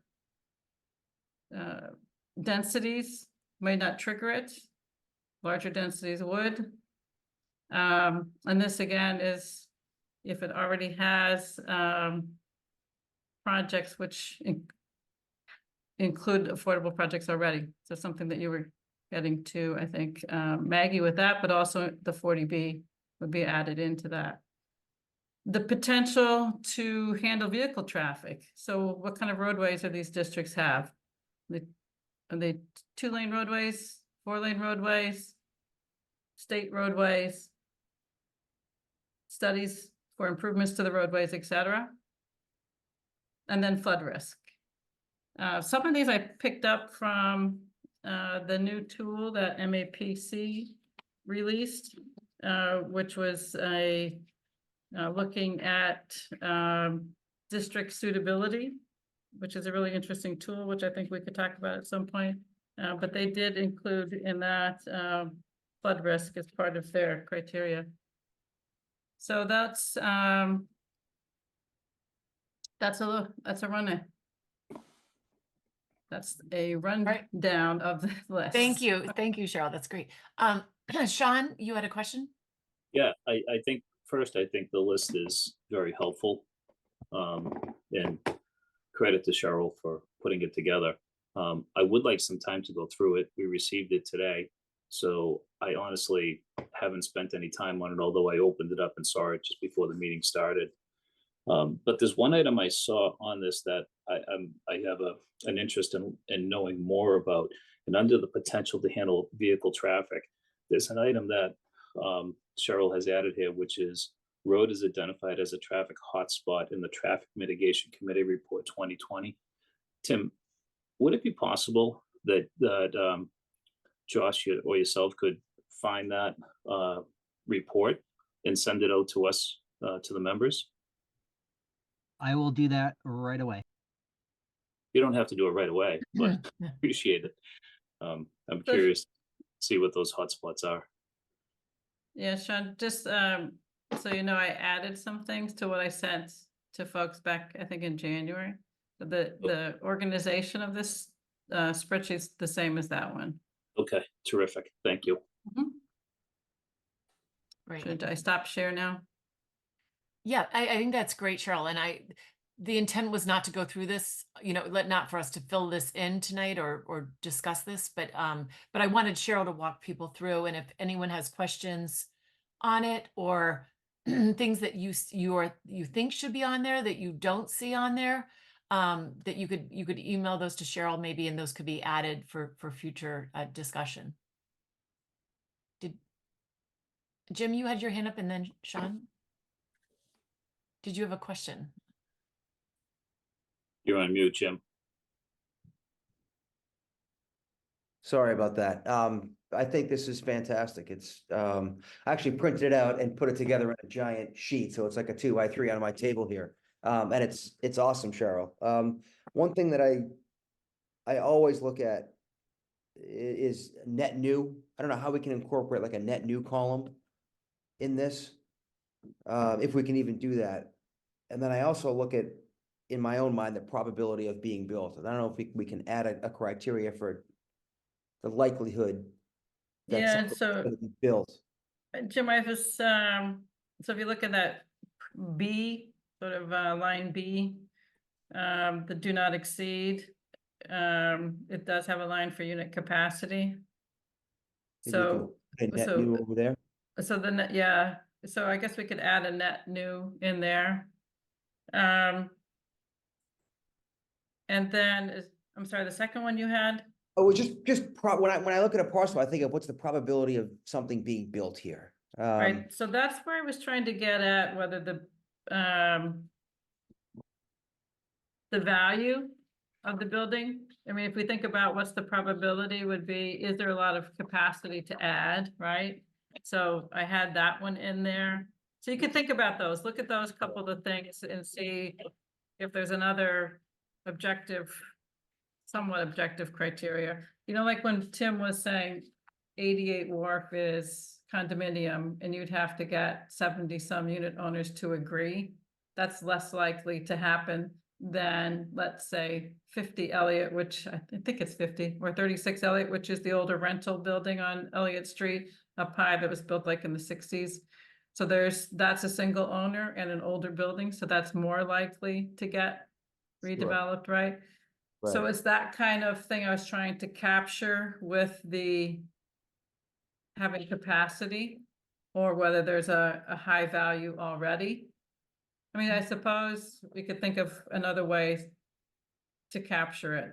Like if you said what would make something more likely to get redeveloped than another parcel? You know, what's the criteria for that? Yeah, it would be probably a bunch of different things, like if the building's run down, if it has a lot of land, Mhm. maybe if it's a two-family already. I'm thinking of the smaller ones along Elliott Street specifically. If it doesn't have a lot of historical significance, like a gorgeous Italianate structure versus a 70s colonial. And maybe it's just after we go through all this, it's like a determination. So yeah, I don't know how to get there, but it's just something that always jumps out at me.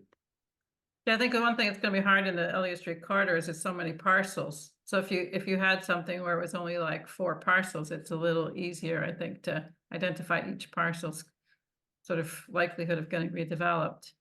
Those single families, you'd have to go through and look at each one individually, I think, right? Right. You do. Or 2 families. And I was also thinking about how, to Maggie's point, you know, when we do our zoning, I'm kind of looking at it differently now. It's like, how does it incorporate with our housing production plan? And then with the intention of, I guess, getting us to safe harbor with 40Bs, and I'm jumping around there, but it's like, if we can look at parcels, one of my criteria is now going to be, how does it block 40B, or how does it, you know, steer us into safe harbor via our housing production plan? And I think that's one of the might be a reasons, big Jim. jump. Yeah. Go One ahead, of the sorry. reasons we looked at the large parcels is because they're over 8 or over 10 units, and then we could have a 15% affordability. Whereas a single family being turned into a 3-family, unless we develop a strategy for getting a payment per unit into the affordable housing trust, we're not getting credit there. So good point. Yeah, just, okay. I'll think about that one. Was All right. that- I'm was good. that Thank it? you. Okay. And Sean? I'm gonna put some thought into something that's on my mind, and I'm not sure how to fit it in, but I feel we should recognize it. And that would be impact on town services. You know, somehow we should consider this, and I'm unsure as to how to apply it, but I do think it's worth considering. You know, might some zoning be less impactful on town services than others? I'm not so sure, but you know, I know from those that have concerns. You know, some have concerns with town services and financial impacts, but I think this happens to capture some of the concerns of people that were opposed. You know, there were people that simply were opposed to it because of the traffic, and they live in traffic. There's a gentleman that spoke earlier tonight about that, but I think we should consider, impact on town services as much as we possibly can. So, as I said, I don't have an approach to that, but I feel like we should put some thought into it. One thing that I think we could think about with respect to the traffic part, larger projects, you can generally require mitigation. Tim, is that something like where in this zoning, if there was a significant traffic impact, like we talked about, if on Granite Ave, that could trigger the requirement for putting in a traffic light, if that's what the traffic study showed. Whereas a 3-unit project wouldn't justify put the cost of a traffic signal, for example, or most likely generate enough additional traffic that it would warrant it. But that kind of mitigation measure, Tim, we talked about. That's tough to require in a by right project via site Mhm. plan approval. But I think there are other mechanisms. I think especially when you think about Randolph Ave, Granite Ave, 138, these are state highways. And one of the things about development on a state highway is you need a state access permit, which means a basically permission from the state to kind of do this development and access their state highway. That oftentimes comes with kind of hand in hand with mitigation of traffic impacts and the potential for improvements on the state level. But for a kind of a standard, if you think back on the 440 Granite Ave isn't a great example because it needed variances, but there's a limit to what you can require of these projects and still be considered by right. Especially from a traffic perspective. From other kind of municipal impacts in terms of like water and sewer infrastructure, we have regulations that apply to every project in town, whether it's a single family house or a 100-unit apartment building, relative to water and sewer capacity and kind of, the impact on that. Every project is responsible for, if there's not enough water or sewer capacity to service a project, that project needs to make the necessary upgrades or else they're not allowed to tie into the system.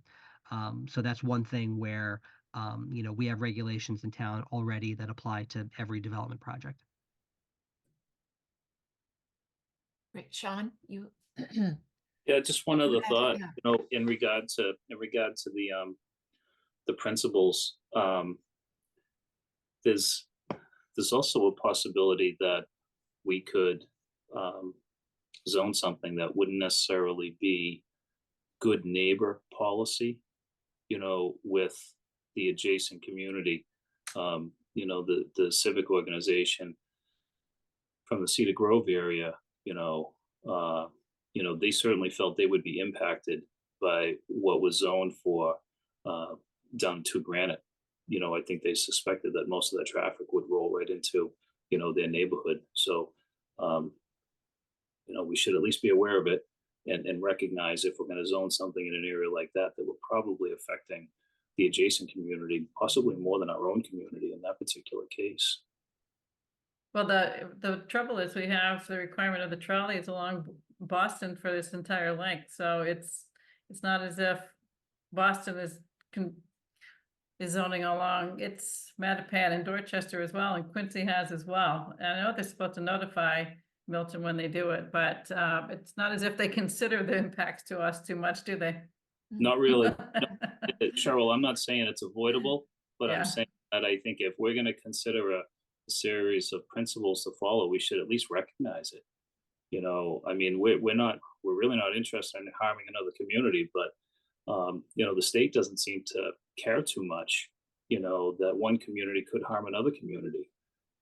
So anyhow, I just think responsible to at least acknowledge it.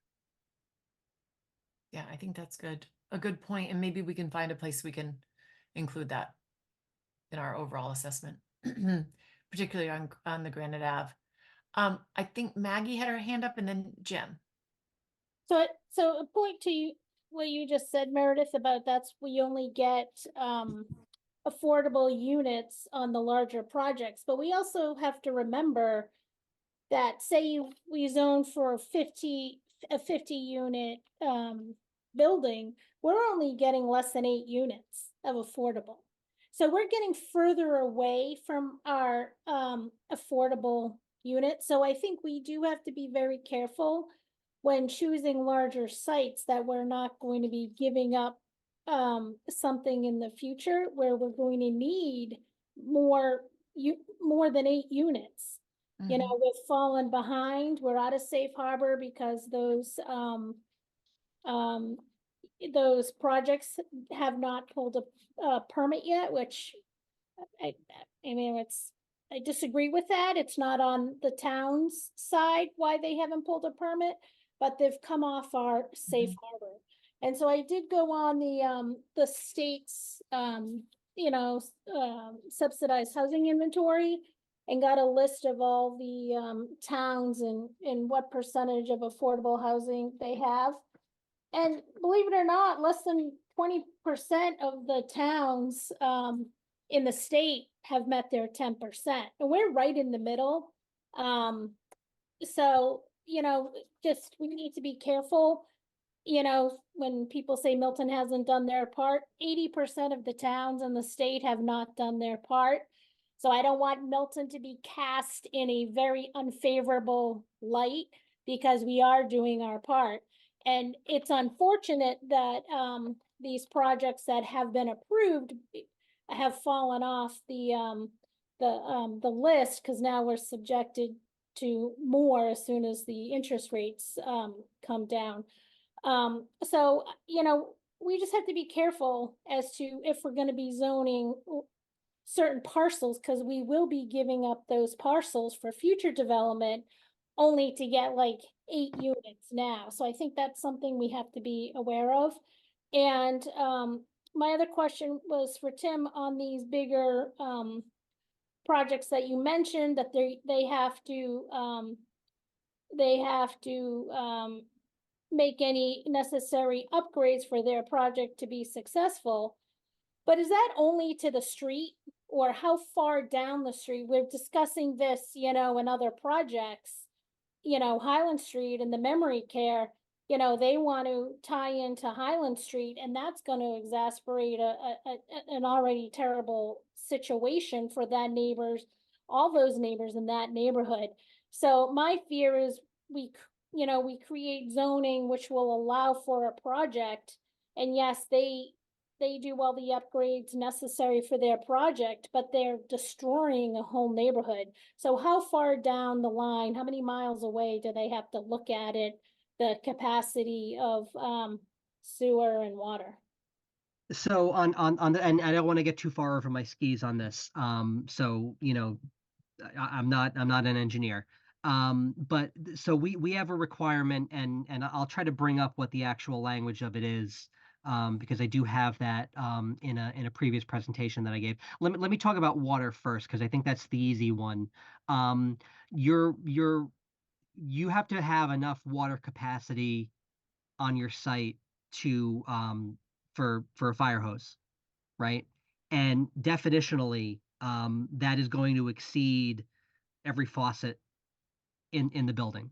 And so that's kind of the way that sort of we know that every building that's being built, and it's not an issue for a single family house usually, it could become an issue for a larger apartment building, but that's a requirement in our water regulations that you've got to be able to have the capacity for a fire hose to get hooked up, and for fire safety purposes, so that it's not a situation where the fire department arrives and there's a dribble coming out of the hose.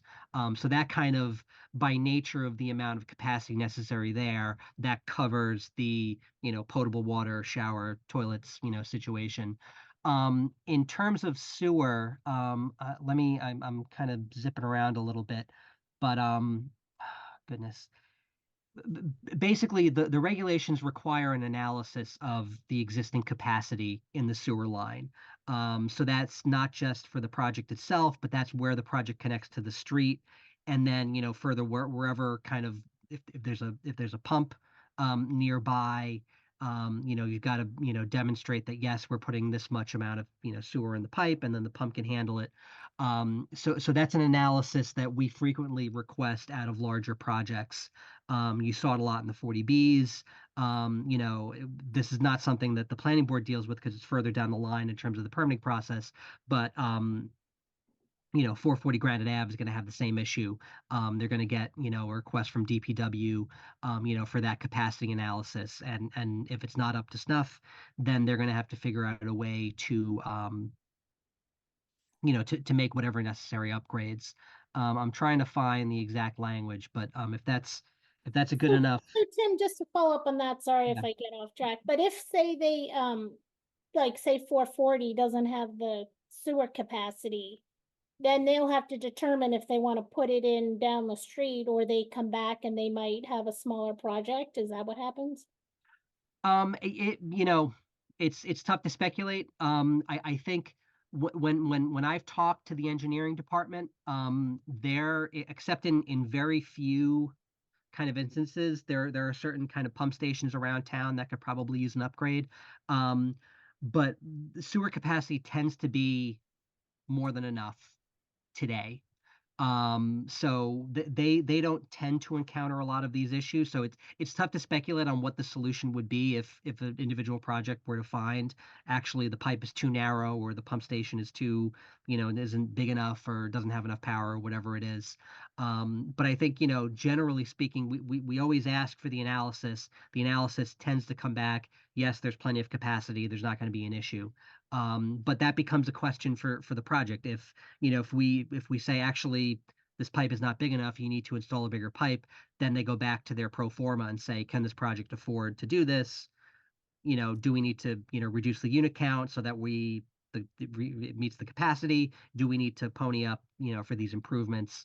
I don't want to say it's never happened. I can't say that. I'm not aware of anything like that, but that would be kind of the calculation that would have to be made. Sorry. Thank you for indulging me. No, that's not an that's a good question. Okay, Jim?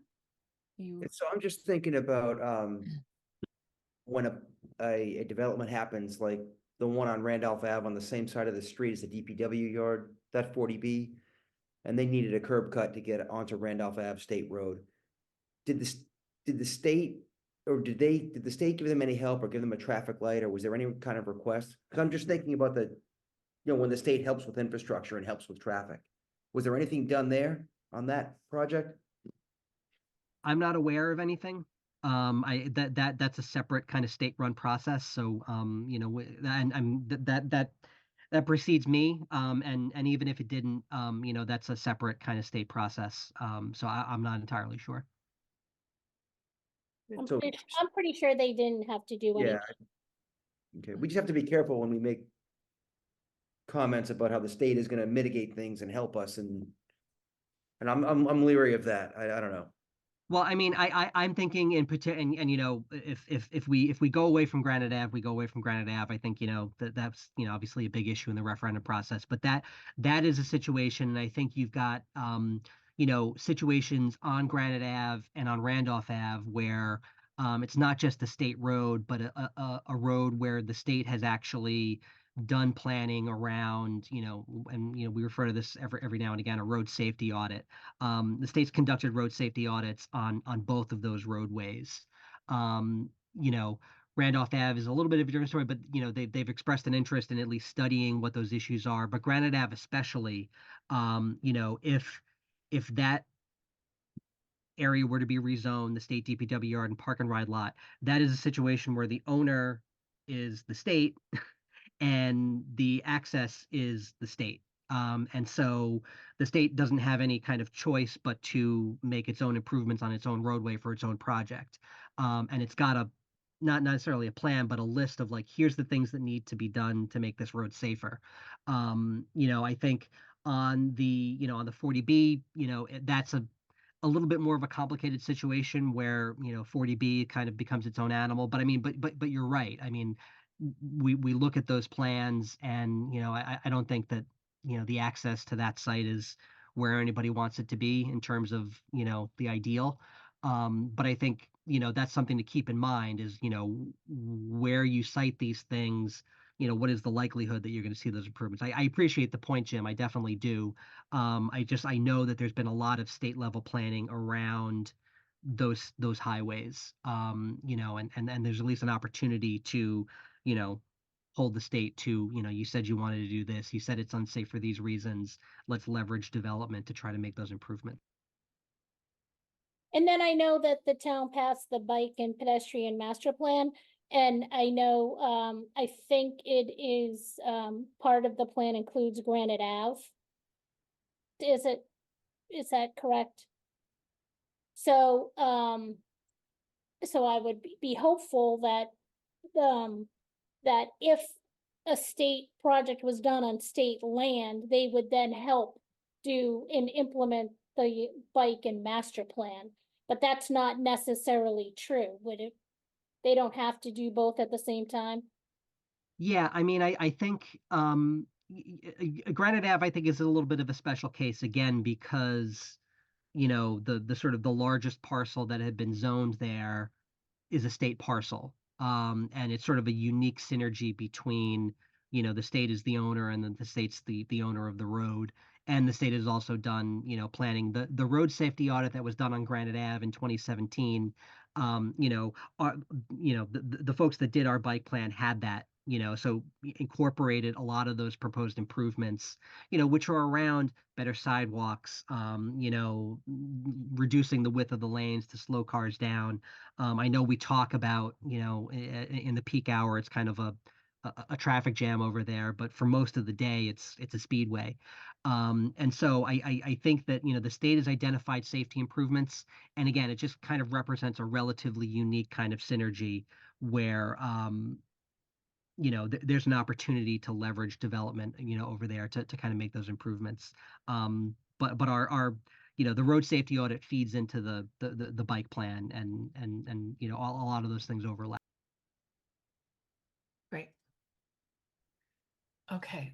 All right. I think that's great. I think this is a good, maybe a good place for us to talk about sort of a timeline and just a discussion of our approach and our strategy and how we'll be able to do some outreach and when we would do our community forums and outreach along the way.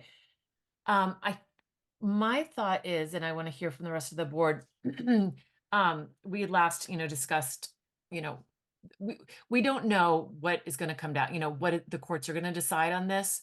So I think whatever they decide, you know, we have to be prepared. And we have to have a variety of different plans based on depending on what we are required to do. My thought is maybe at our next meeting, we could go through sort of a strategy starting with districts aiming at a 10% number, because I think it's easier to start with that and then build on what we all agree on. And to Maggie's point, you know, we may have enough districts that it, you know, what you're thinking may be 10%, you know, the numbers may come out to be 10%. But I think if we look at the districts that we have all, you know, most of us have agreed on, we start with that. We do an evaluation of those districts. And I'm, you know, sort of thinking along the Elliott Street corridor primarily is where we're beginning. And then we can add and look at East Milton later as we progress through the districts. That's going to be a little bit more complicated. You know, we have the East Milton Square, Granite Avenue, and the two Granite, which are all very unique parcels over there. And I think that's going to be take more time in looking at that. So would folks agree to do that and to start, you know, knowing that I believe we need to have a 25% plan, a 10% plan. And, you know, Tim, I think, did you allude to the fact that we could be a small town adjacent if the trolley is ruled not to be a subway? No, Okay. So there's an adjacent community and there's an adjacent small town classification. Right. Small town is population based, which we just don't qualify for that. We Oh, are. okay. I thought it was land area. Okay, I'm sorry. Okay. So does that, how do folks feel about that and starting and then going through the districts and weighing them again on sort of balanced again with, you know, everyone take a look at what Cheryl has put together and giving criteria to each of those districts. Cheryl, you have your hand up? Yeah. So go ahead. I think for this discussion, it would be important to have Tim run through his memo tonight because it's not as simple as it might sound. Right. And I think the public ought to hear it as well before we go another week. And I guess in terms of, timeline, do we think? It seems to me we should schedule a public forum sooner rather than later. And maybe we should talk about the structure of that forum. Because Yeah, I so we're think gonna have the if- 28th. Yeah, we have our 14th meeting, which is a really full agenda. And I rather, dedicate, we have 111 Highland Street, which is gonna be a very time-consuming public hearing. So really, our next discussion, we can discuss it on the 28th. So I was thinking the end of April and the end of May for forums, for for public forums. forums. Seems to me we, given some of the comment that we received tonight, I think sooner, before we even talk about other districts in any detail, we should have a forum and get feedback, and we should think about the survey that was suggested, because we're gonna talk about districts and criteria, and we need the public to kind of give us their feedback on the criteria and what they understand about the districts. That I was gonna think be before April or May. Okay. Well, that was gonna be another question that, because I think we're gonna have to work on this, simultaneously is, Tim, I know you were, and Josh were thinking about updating the survey.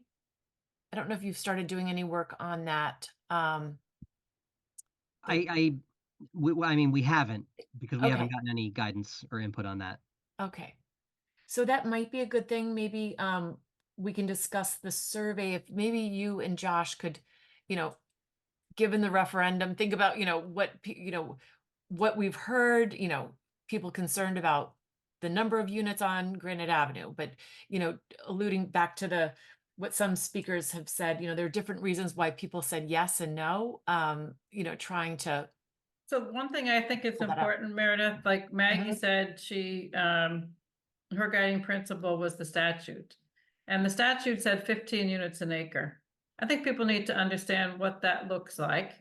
And they need to understand how one of the guiding principles before was to zone areas at the ends of the transit area with higher density, and the Blue Hills Parkway and the Elliott Street corridor with lower density, so that the average could come out to 15. That's a strategy that should be discussed and agreed upon, I think, because it does, and when I say discussed, because if you go higher than what we did, we think that was going to incentivize tear downs, right? And so we need to come to an agreement when we say, okay, the statute says 15 units an acre. It doesn't say an average of, it just says 15. So these are really important things for us to settle on before we talk about just jumping into the districts again in my mind. And it's an understanding of why those districts were selected and the strategies about how some can have lower density and some can have higher density. And then the higher density allows us to get more affordability, as we said. Then the question becomes, if we want to try and get additional density, for example, in the Elliott Street corridor and the Blue Hills Parkway corridor, is that reasonable? What are the trade-offs for that? If you wanted to remove districts from East Milton in some capacity, or lower the unit capacity there, where else would you go with it? Does it increase the amount of the total zone capacity? These are all things that I So think I guess, important points. So are you saying, see, I think that's complicated to put into a survey. That's that was a whole- complicated to get into a survey, but that's what I think the forum is for. So that we can talk about these districts and these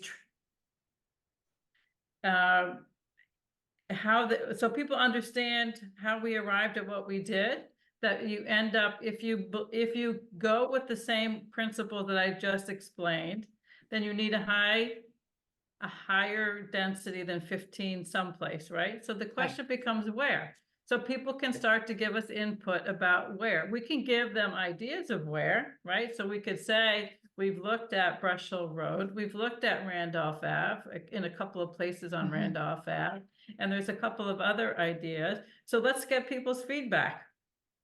I think it's easier for people to actually see something concrete that they can say, okay, this is what you're looking at, because we could throw a lot of things out there, but if there isn't an understanding of where we can put things and why we can put things certain places, we had the gentleman who said, let's extra space storage is a great site. He didn't know that that was one of the sites that we had looked at. And so he would agree, like that was extra space storage was something that we had looked at.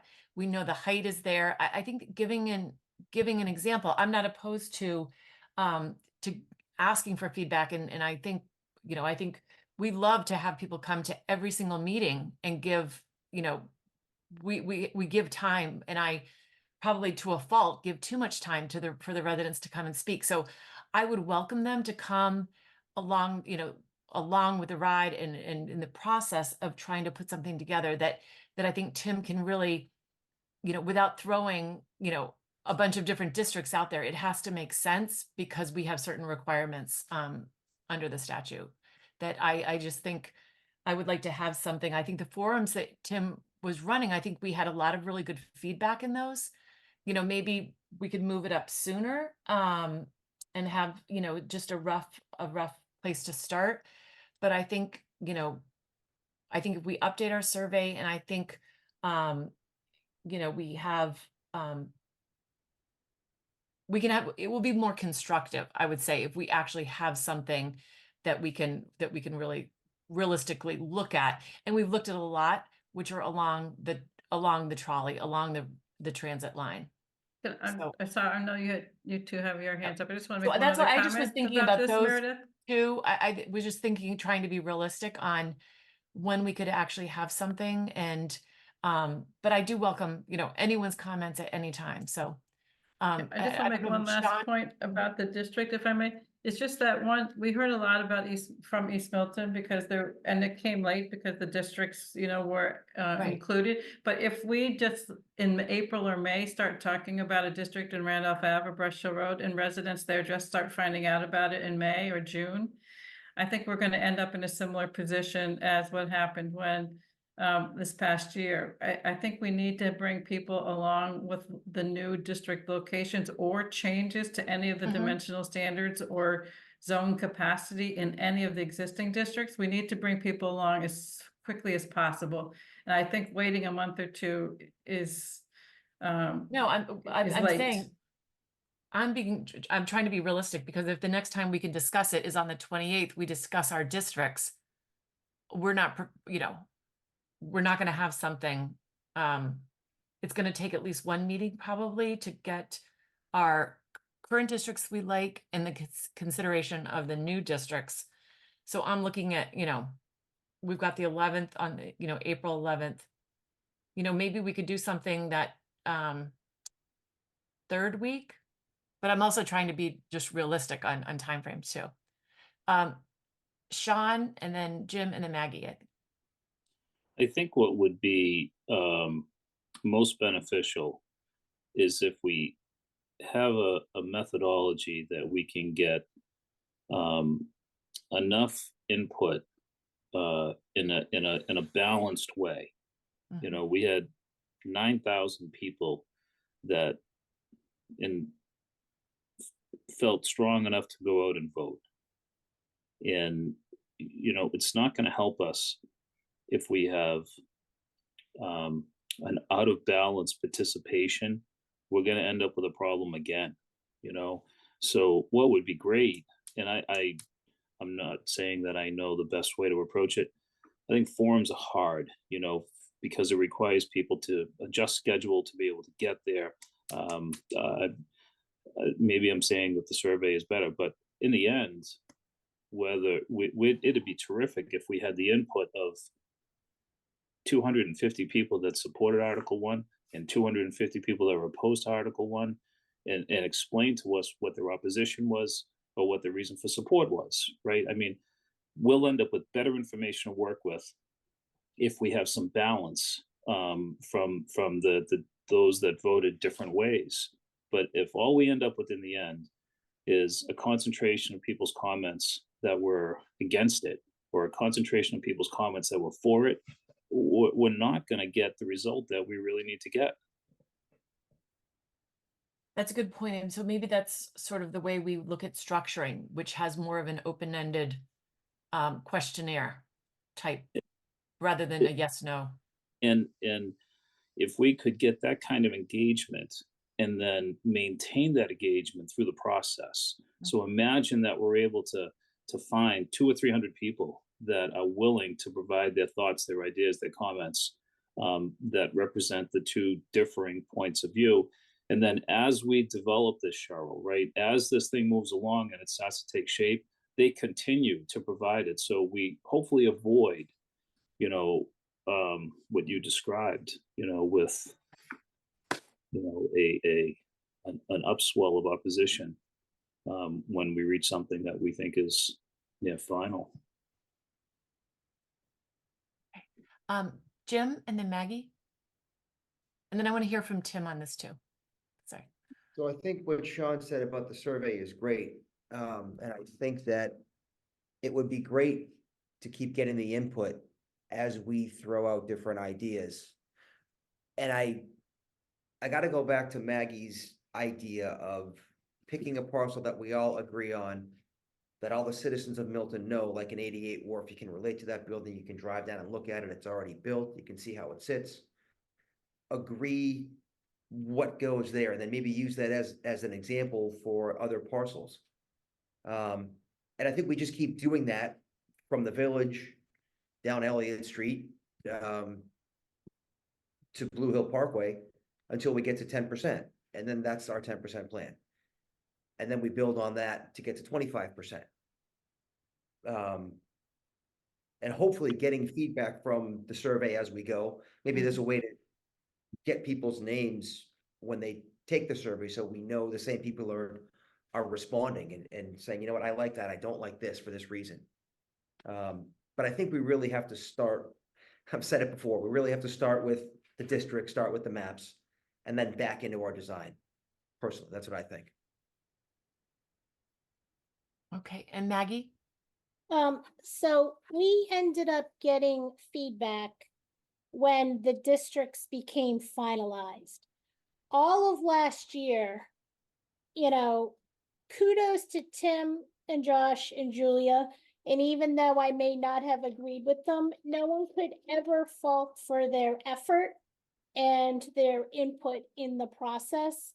So all of last year, there was ample opportunity for residents to go to Tim's forums, to take the survey, to come to our meetings, and all those people who are listening, tuning in now, thank you finally for tuning in, because we would be at our meetings till midnight, literally midnight, and there'd be nobody in the audience.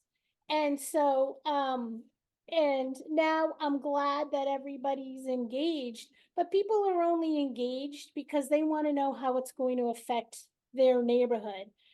And my personal opinion has been, if I don't want it in my neighborhood, I shouldn't be putting it in your neighborhood. So I think we need to sort of go neighborhood by neighborhood and get our neighborhood associations involved. We have a lot of strong neighborhood associations, and we haven't even heard from their representatives yet. And we've had a lot of the same people showing up for the no campaign and a lot of people from the yes side. And I kind of want to hear from people who haven't been before us. I'm online, I'm on Facebook. I see the same names listed and the same comments. And to be quite frank, I'm tired of being called inept and unqualified, and to me, that is just not helpful at all. So if we want to bring down the temperatures, I think it needs to start on Facebook and have those people come to us in person, face to face. And so we can talk to them and they can tell me personally why I think why I'm inept and not qualified for this position that I was elected to do. So I think we need to start neighborhood by neighborhood, and people are only going to get engaged when they know it's going to affect them. And I think that's what I tried to say all of last year. You know, we need to start with our districts. We need to understand what every neighborhood will support. And kudos to the Granite Ave people, because, and I went and I said this to Tim months and months ago. I asked him, where else in town has any neighborhood ever come and supported 200 units in their backyard? Like nowhere. Nowhere has anybody ever come and said, oh, give me 200 units. And you know what? The Granite Ave people said that. They said, we want to do our part. We understand. We want to participate. We want to be part of the solution. And then what happens?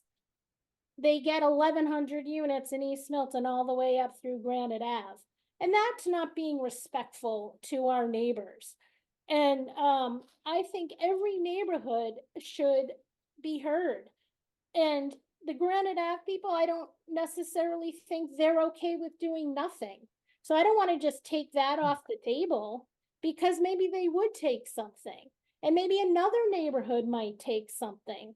And I think smaller developments have less impact in certain parts of town than a gigantic one. So I do think having the districts are important. I think putting Josh and Tim and Julia and all of us through the whole forum situation again is a little unfair to our staff. They've already done it. And I think we are committed. We're the electeds. We're committed to listening to the residents every single week. And I think Meredith is more than generous in allowing everybody to speak. And maybe we just need to allow new voices to be heard who haven't been heard. So I think it's important to have neighborhood participation. I think it's important to have districts so we can actually get real comments on, because again, maybe my neighborhood, we might not want 300, but maybe we would take 50 or 100. And why just write off my neighborhood? So I think creating some districts, I think is really important in the first step to get feedback. Great. Terrific, Maggie. Thank you. Cheryl, you had a hand up. Yes, I think it's Yeah. important as we think about two things in terms, one is the feedback, community feedback, and the second is the districts. The guidelines, as Tim said earlier, set a lot of criteria by which we all know that criteria influences where the districts can go and how big the districts can be. So I think we have to be clear what our intentions are, because if we're going to follow the guidelines, which I understand are still required, whether we're an adjacent community or a rapid transit community, for example, 5-acre minimum subdistrict. We also, if Tim gets to run through his memo, we're not tied to some other things, like how many of the units have to be along the trolley line if the trolley line is no longer the rapid transit criteria any longer. So we don't have to start with the trolley line. We could start with the commuter rail. So I really do think we have to think about how we're approaching 10% compliance or adjacent community, and how we're approaching rapid transit compliance, where we are required to zone along the trolley line. So these are some pretty clear distinctions that I think the public needs to be made aware of. And that's why I think it's important for Tim to go through his memo, not just tonight, but at I suggest the first public forum be sooner rather than later, because first of all, I think there's a lot of people that I've spoken to over time who didn't understand how these districts and the guidelines and the restrictions within them kind of tie our hands in some ways. We're not just free to pick all parts of town. If we put a lot of it outside of the transit area under rapid transit, then it may drive up, because 50% of the unit capacity has to be within the transit area. So there's a lot of these things that we ran through before, but I think it's useful for all of us again to run through. And I think it's important for us to commit to following the guidelines. Because we need some set of rules by which we're going to make these judgments. If we work on something that doesn't meet the guidelines for either rapid transit or adjacent community for these different criteria, it's not going to be accepted by HLC, and we're not going to be compliant for even longer.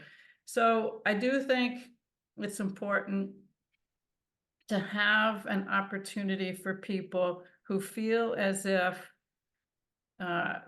they've entrusted this board to lead them for a path forward. And to think that people can do it just via a Zoom meeting and hearing us talk tonight, or sitting in front of a microphone after 4 hours waiting for us. And to say that people had opportunity to join the forum in the past is sort of negating the fact that we went through a pretty bruising referendum process the last couple of months. And so I really do think having an opportunity for people to fill out a survey, or also if they want to come to a forum and be able to understand and look at the maps and hear some of the criteria so they feel confident in how they can participate going forward, I think it would address some of the concerns about the path forward. So those are my continued pitch for to have that be sooner rather than later.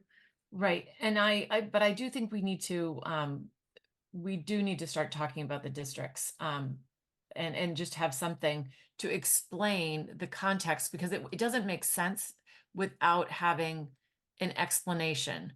I am in support of the guidelines, looking at, trying to do our best.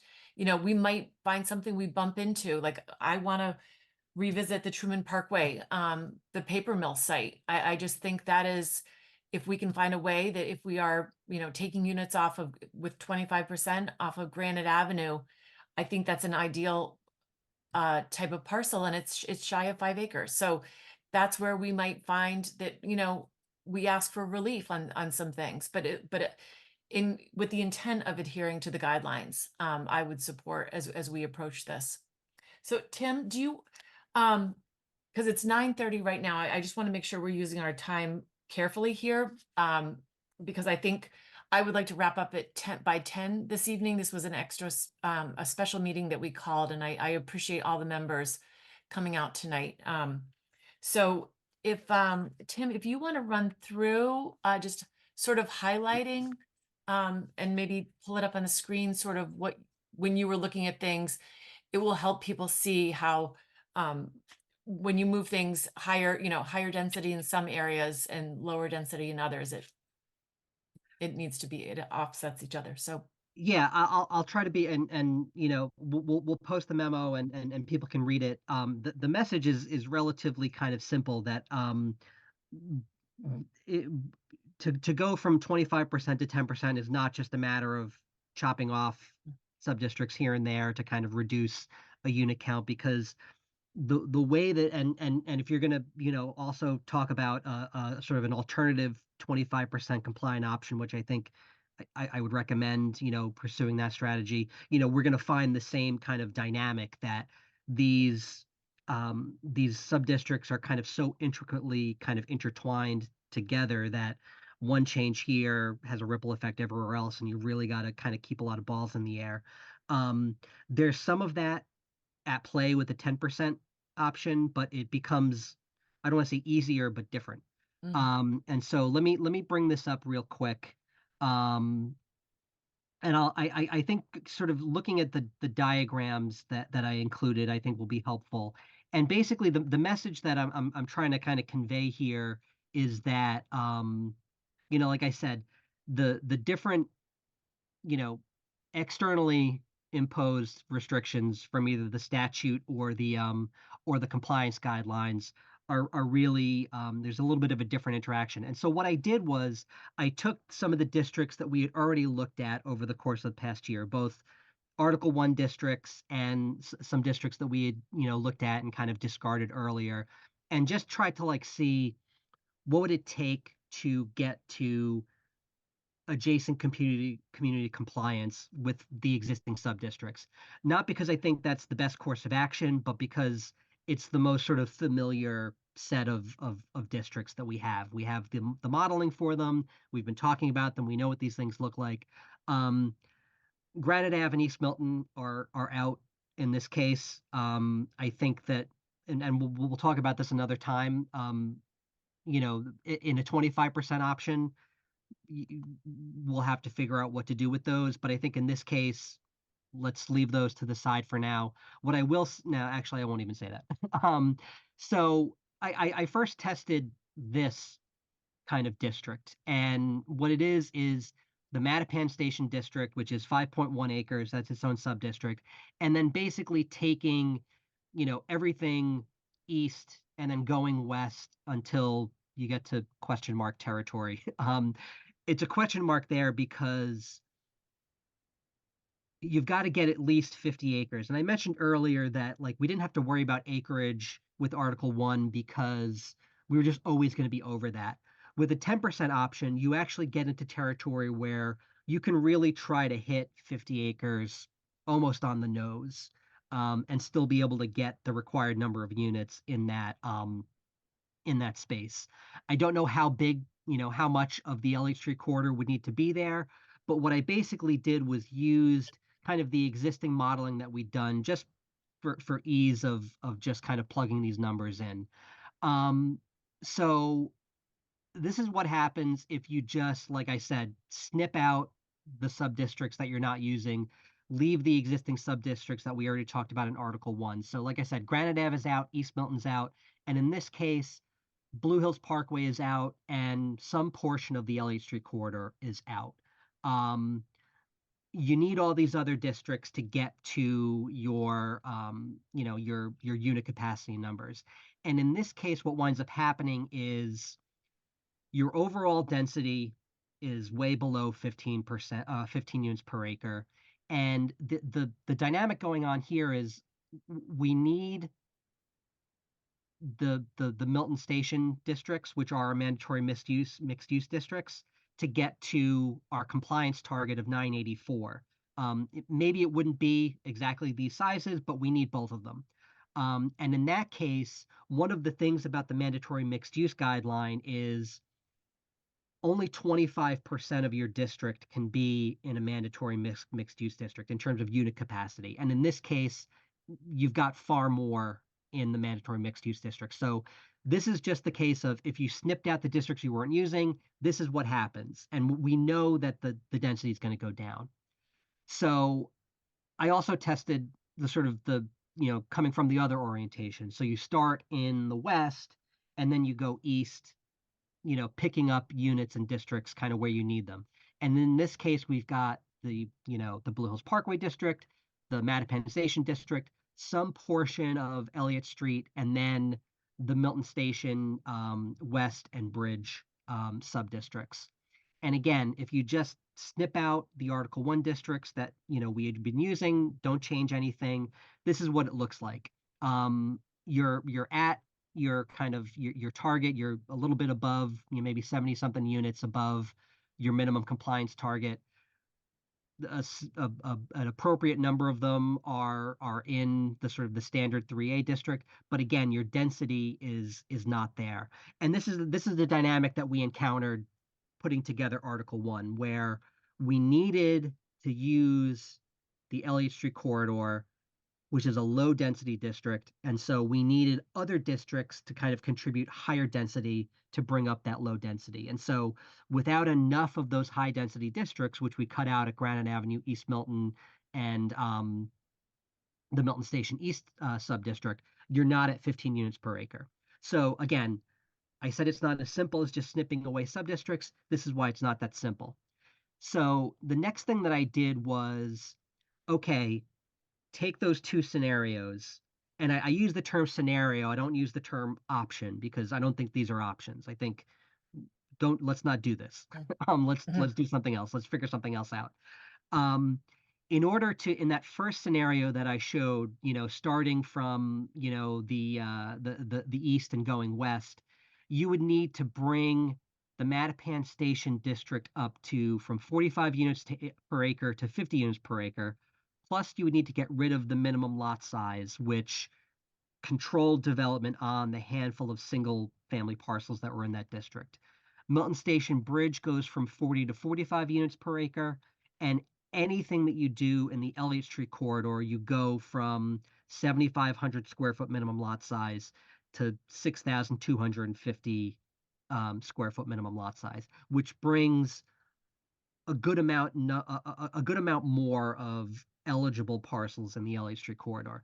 And if you do all that, you get to above 15 units per acre, you get to your unit capacity, you get to your acreage, you're there. Whether this is good, bad, or indifferent, it kind of goes against that idea of, and I think Cheryl did a good job of kind of starting to quantify some of these things, where the Article 1, for whatever you want to say about Article 1, what we tried to do was say, in Mattapan Station, we've got a 6-story building, we're going to zone for 6 stories. This, you may be zoning for a different type of building in a way that it doesn't already exist in that district. For that second scenario, similar type of moves that have to be made. Mattapan Station goes up to 50 units per acre, loses the minimum lot size, 45 units per acre in the Bridge District, 6,250 square feet minimum lot size on Elliott Street, and then a 6,250 minimum lot size in the Blue Hills Parkway corridor. Again, that gets to, this is red over here at 50, it's actually 14.99 units per acre. You'd have to make a little bit of an adjustment somewhere. But again, that gets you to your compliance numbers. But the thing that is also another dynamic that is consistent throughout these is when you look at, your compliance target is 984 units, but in order to get to your density, you're actually at 1,200 units in this scenario, and you're at 1179 in this scenario, which in both cases is between 19 and 23% more than your minimum requirement. So again, if it's important to not dramatically overshoot your unit capacity for municipal impact purposes, this is not optimal. But again, if that's not a priority, maybe it's not a priority, and maybe these actually become options. But these are the dynamics that are at work where, the low density district needs to be offset by high density districts, and we just don't have that unless we sort of make changes. Now, again, this is just to show you what these dynamics are. I think if you were going to look at 10%, the world becomes your oyster in terms of location, because you're no longer tethered to the transit area. You're no longer tethered to the commuter rail. You can put a district anywhere as long as it's 50 acres in total, 15 units per acre, all of those other requirements. But that's what comes with adjacent community, because adjacent community, the presumption is you don't actually have developable area or significant amount of developable area within some sort of a transit station. So you get the flexibility to kind of put that wherever. I wanted to show an example of a different type of approach that we couldn't do with Article 1 because we had those location requirements, we had contiguity requirements that were all kind of interacting with each other. And again, I've got to underscore, these are scenarios and examples. These are not recommendations. So, we're going to show you a geography. I don't want people to get frightened. And ultimately it's up to you all to decide what you want to do. But this is just a type of sub-district that we didn't deal with Article 1 that now becomes an example of an option. So we all remember looking at the Brush Hill Road sub-district, which is the 2 big Fuller Village parcels, and then the Brush Hill Rehab Facility at 1200 Brush Hill Road. When we had analyzed this didn't make it into Article 1, but we did do some compliance modeling around it.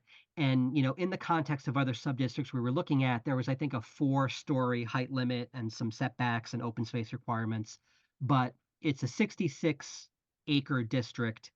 I think we had set the density at 20 units per acre, and it needed to be that to kind of contribute density to other districts. But it came out to 1,300 units, which I think we all agreed was too many for this area. And, there's a lot of other reasons why we discarded this district. Now, in this scenario, if you're in a 10% situation, 66 acres gets you to your minimum acreage requirement. 1,300 units obviously is more than 984, and 21 units per acre is above your 15 units per acre, and it's all contiguous. So this district actually does the trick. Now, you may not want, you still don't want 1,300 units down there. Maybe you do. I don't think you do, but maybe. But if you make adjustments to go from a zoning parameter of 20 units per acre to 15 units per acre and use all the same parameters that we had looked at, back in the day, you actually now get a district that kind of hits your requirements on the nose. Still 66 acres, so a little bit bigger, 994 unit capacity, which is just 10 units over the minimum, and you're at 16.1 units per acre. This is not very close to transit. Reedville is kind of there, not very close to a lot of amenities, not walkable. There's no sidewalks. Brush Hill Road is a kind of, narrow, 2-lane street. There's a lot of reasons why you wouldn't want to do your one zoning district here. But this is just an example of when you're dealing with an adjacent community situation where now your requirement is 984 units, you're not tethered to the transit area. You have the opportunity to look at options like this where you've got a single contiguous district. There's not a ton of places in town that have 50, 60, 75, acres kind of in one batch. But that's the type of thing that you can now be looking at in a way that we couldn't look at in the Article 1 situation. So that's kind of just what I wanted to walk through, that, the way that we've been had to have been kind of looking at things. We still have a lot of those same constraints. We also have a little bit more flexibility, in a 10% option. And so that just means kind of it becomes even more critical as we're starting to maybe identify different areas of town that maybe we haven't looked at before, to kind of come up with those principles about, okay, we know we have to hit these numbers, but also what are the sort of qualitative, subjective principles that we're going to apply to choosing sub-districts. So that's that. Great. That's great, Tim. Thank you so much. Any questions for Tim? Sean? Yeah. Yep, thank you. Tim, it's great. Really helpful. Very, very helpful. One question, that change of lot size, right, to 6,250. What in the Elliott Street area, I just want to make sure I understand, because this might be the easiest way, rather than getting into how many lots now become candidate lots, but what's the difference in net new units from what was previously included in Article 1 to what we have now?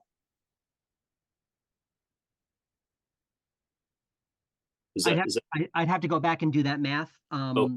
Right. The way that I kind of went through this was just kind of using, just like the top line numbers that came out. I could go back into the models that I used and try to kind of suss out, where that is. I mean, what you go from, and let me make a note. I'll see what I can do on that. There is obviously a difference between, what was kind of contemplated in Article 1 versus some of these other options.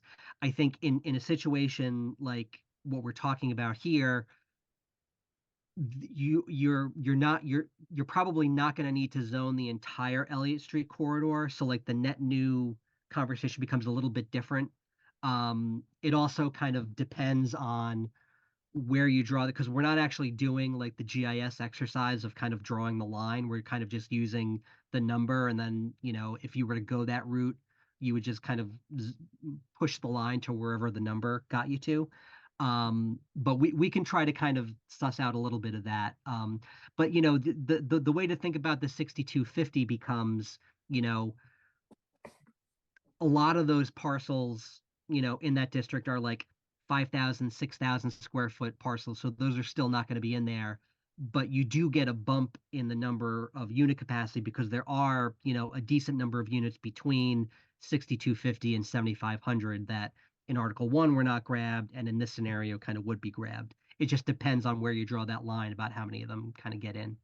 I get it. I understand it. I knew it wasn't probably an easy answer.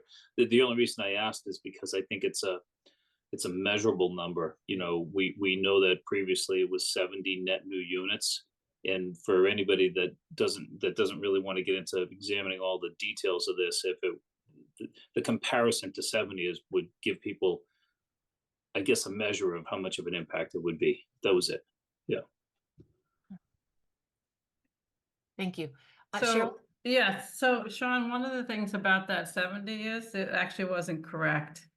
And if you think about it, it's because that there were, the way that it was calculated, there were over, I think it was like 340 parcels in the Elliott Street corridor, and half of them were eligible at 7,500 square feet, and half of them weren't. They were smaller than that.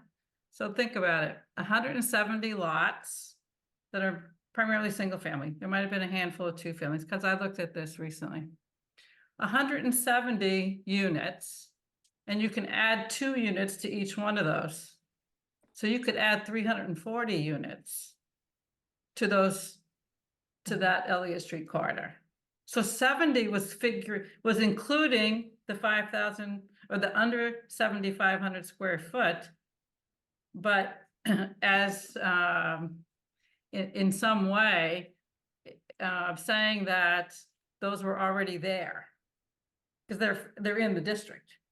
So there's already 170 or more with the 2 families that are already in the district. So it wasn't sort of accurately factoring in how many new units that you could actually do somehow. I don't know how the math worked in it, but the math that I just, if you think about it intuitively, it would be more like 340. Yeah, that didn't make sense to me, the 70 Yeah, units out so of that. Well, so I guess that's for everyone in town that heard 70, I including, know. we should define what that number really was. Mhm. Absolutely, because it would actually, in some ways, our compliant, it wasn't 2,700, it's more like 3,000, but it's the way the compliance model works. I mean, I can't explain the compliance model, Sean, but I was sitting down with someone going over that, and we were, you know, it was something that came up. I think a couple of people asked about it, and, you know, and other people asked about how can 70 be correct? Yeah, Now's well, the time for us to really dig into it. yeah, I mean, I guess what you're explaining is if Article 1 passed, we wouldn't have had 2,586. That was the number that was calculated. You know, we had the potential to build 2,586. You're saying that it probably would have been over 3,000. Well, maybe if it was it would have been 2,700 then, probably, instead of 2,500, sorry. All on Elliott. Or 2,800, something like that. I mean, it's kind of mute now, but it's something to think about more carefully as we look at these numbers. Well, going it is, forward. and it is, and it isn't, because 6,250 might not be a potential different result, significantly greater than 7,500. Do you know what I mean? In terms of the size of the lot, you know, maybe this adjustment wouldn't have, you know, obviously it's not going to have as big a difference. I think what I'd like to look at with the 6,250 or anything less than 7,500, remember the analysis I did early on where it showed what the setbacks would look like, how much open space, you know, what kind of building envelope you would get with the 7,500 square feet. You know, the one thing is if the FAR, again, the compliance model calculates this a little differently than I would think, but you know, if you said, okay, the idea is that we don't want really large units because we already have a lot, right? That there's naturally occurring affordability with smaller units. If you could have a smaller building that has 3 units in it, you might have a smaller lot size and you still get room for parking and 40% open space. I mean, remember there are residents in the neighborhood there who didn't want to see the parcels have no open space and have not enough parking. And so, you know, it's those dimensional standards that we arrived at 7,500 square feet was a good lot size. But so anything going smaller, we have to see if you can still keep the setbacks and the open space and the parking, and they all fit still. But as far as you're going to have less of a differential between what I said and 70 if you lower the lot size, because those lots were all counting already before, right? So now they're going to be more accurately counted. If you know what I mean. Intuitively, it should be anyway. It'll be an opportunity to take a closer look at that. Maggie, you had your hand up? I think you're muted. Sorry about that. I just wanted to say as a reminder that the compliance model had some issues with it. You know, and they were Eric from RKG admitted the issues because he created the compliance model. And one of the issues was concerning Fuller Village. And when we looked at Fuller Village, you know, there were 2 parcels at Fuller Village. And according to Eric, or UTO, I forget which one, but they couldn't separate the parcels for some reason in their analysis. So I'm wondering if we are going to revisit Fuller Village, and if we think that that's not the best place to put all of these 994 units, can we separate them? Can we separate them on our end, you know, using the new tool that MAPC put out just at the end of February, which is kind of a shame that it wasn't available to us beforehand to use. So those people classified as rapid transit communities is at a disadvantage right there because they're not providing all the tools for us in a timely manner. But can we, in our new analysis as an adjacent community, look at separating those parcels at Fuller? So Maggie, I think what you're describing, and I'll bring this back up so you can see the picture, is so this looks like 4 parcels right here, but it's actually 3. So the top little one is 1200 Brush Hill Road. That's its own discrete parcel. That's its own thing. The middle one is, I forget the address. This is its own thing. It's connected to this triangular parcel, right? And so this is the element that can't be disaggregated from these 2. And then this big one at the bottom is its own parcel. So if you wanted to do something, you could zone this, you could zone these 2 guys in the middle, you could zone this guy at the bottom. It's just the way that it shows up in the parcelization, but these are connected. It's all common ownership. Fuller Village owns this triangle and then these 2 things. And then it just becomes, you know, again, do you do anything here because it's actually kind of probably wet and there's a lot of trees there and everything. But that was the issue that they identified when they were looking at that one. All right, that's good. That's good. Okay. Oh, and then the other thing I wanted to say is, you know, if we look at the results of the referendum and by precinct, it seemed like the precinct 2 along Elliott Street, they were the ones who were most in favor of this zoning. So to me, it might make sense if we, to Cheryl's point or someone's point about only getting 70 net new, maybe more net new should be along Elliott Street, just because they are the neighborhood who is actually in support of the zoning. Cheryl? I think you can't assume that they're going to support any change that might be made to the zoning. So you'd have to make sure that every neighborhood is educated on what proposed changes there might be. I think you can't use the referendum as a carte blanche that they would support any zoning that's proposed. They supported the zoning that was proposed in Article 1. And I think that should be held true for any of these districts, that I think it needs to go back with a really rigorous public information campaign, because you know, everyone's going to need to understand this, and what these changes mean. Yeah, and not just actually, I should have, wasn't just the referendum, but even at town meeting, if you look at to see what, how people voted at town meeting, there was a lot of support at town meeting from their town meeting members in precinct 2. Yeah, and don't forget, 2/3 of town meeting voted yes, and they represent the whole town equally.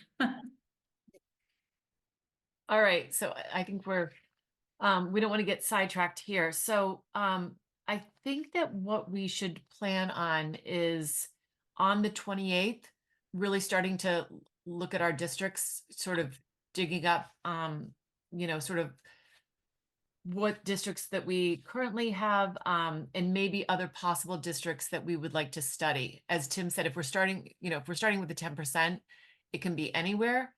I think we all somewhat agree, though, we like the idea of this being the intent of the law is to have it along, near transit. So being mindful of that, but that we can open it up and we can look at other districts and different possibilities. So that would be on the 28th, that meeting. I know I don't want to speak for everybody, but is that a good strategy to sort of start with the 10 and then build up to our 25? I think Yeah. we should do both at the same time, honestly, because we should be keeping equal attention to both. And so I don't think we should be rushing at the end. If you see tonight with Tim's analysis, how they are going to be different. Yep. Because And I think we can, and I think they're that, not going to build on one another, I don't think. You can't just take one out or add one in. There's So too maybe many I'm- interactions. I should say it differently. Why don't we focus on looking at the different districts and what we like, and not putting a 10% or a 25, but looking, just on a criteria basis on the districts that we think make sense for developing in that location, in that site, and zoning, I should say, in those locations. And that could, go into more of a 25% territory. But if we're looking, starting with what we agree on, and then exploring what were the issues with 2 Granite, what were the issues with Granite Ave, what were the issues with East Milton Square. We can include that in part of our conversation and looking at districts, because we might say we're going to look at, Fuller Village, but we also might say maybe 2 Granite still makes sense for reasons. So So Mavis, can I make a suggestion? If we can look at different districts. Yes. on the 25%, maybe we should assemble what we think the largest concerns were about the Article 1 districts, and then use that as a way to think about a modification to a 25% plan. Right? So if it was, some people say, remove part of the zone capacity from East Milton, so is that East Milton Square, is it Granite Ave? And then if you do that, you have to add some capacity someplace else. Where would the someplace else be? So would it be a new district? If you bring in a new district, you're adding to the denominator for your density calculation. So you're still going to need a high density district someplace else. Or you add density in districts that we already have. So though, if people think about those as basic concepts, then when I say people, like board members, could think about, which of those do you think is worth exploring? If you add a district elsewhere, and if you took zone capacity out of East Milton Square, how much would you take out, right? And then where would you think a good idea is to put that? And then we start exploring that. So we don't have to, I think it's like less work on the 25% plan than it is on the 10% in some ways. So put forth, we saw what Tim's suggestions were tonight on 10%. Put forth ideas about what you think are good or not so good about the implications of that. So that's my suggestion in terms of if we're trying to think of districts for 2 weeks from now. I guess it's 2 weeks from now, right? Yeah, on the 28th, yes, would be our, we have So- a meeting on the 14th. But that is, we won't have time to really discuss it. So the 28th would be the next meeting to So discuss. just in terms of the schedule, in terms of thinking of resources, do we have util under contract? And at what point do we think we want to take these districts and start plugging them into a compliance model analysis? And do we have funds available to engage util? Tim? We don't have them under contract right now, although they have indicated that they would take or continue to work with us on this. So it just becomes a matter of, what exactly is the scope of work, and we can work on getting them kind of back in the fold with that. Can you also check their availability? I'm concerned that they're maybe working with some of the 100+ towns that have to come up with compliant zoning by the end of the year. I think we really need to build that into a schedule. If we're targeting a fall town meeting, and I understand it could be late September or early October. We know that the warrant would have to go to print a month before that. The zoning would have to be reviewed by the warrant committee, probably at least a couple of weeks before that. So if you say it has to go to print late August, it has to go to the warrant committee then maybe in early August. We should be thinking about a July timeframe, which may coincide with the court's decision. I don't know how fast they're going to act, but I just really think it's important for us to work backwards, because last year we ran out of time, and it was unfortunate that that happened. I think we can't run out of time this year. We have to plan for it. And give ourselves a deadline and say that we're going to have zoning that we submit to the warrant committee to the select board in July. And Meredith, So- I'd like to make a Yeah. motion to adjourn the meeting. I think we've accomplished more than we had hoped to tonight, and it's a late hour, and Yeah. we're into some heavy discussion now on timelines. I just, I could use a little rest. Second, All right. With no further discussion, this will be continued, this discussion, and I think we can begin discussing our districts and finalizing how we're going to prioritize 10% versus the 25%. So, all right, with that, I will give a roll call. Sean, Yes. Maggie, Yes. Cheryl, no, Jim, yes. and myself, yes, I think this was really good information, and we can have it on our agenda just to, if we have a few minutes left over on the 14th, we can have it on there. But I do thank you all for coming tonight, and I think this was a lot of really good information. So Thanks, Meredith. thank you. Good night, everybody. All right. Good night.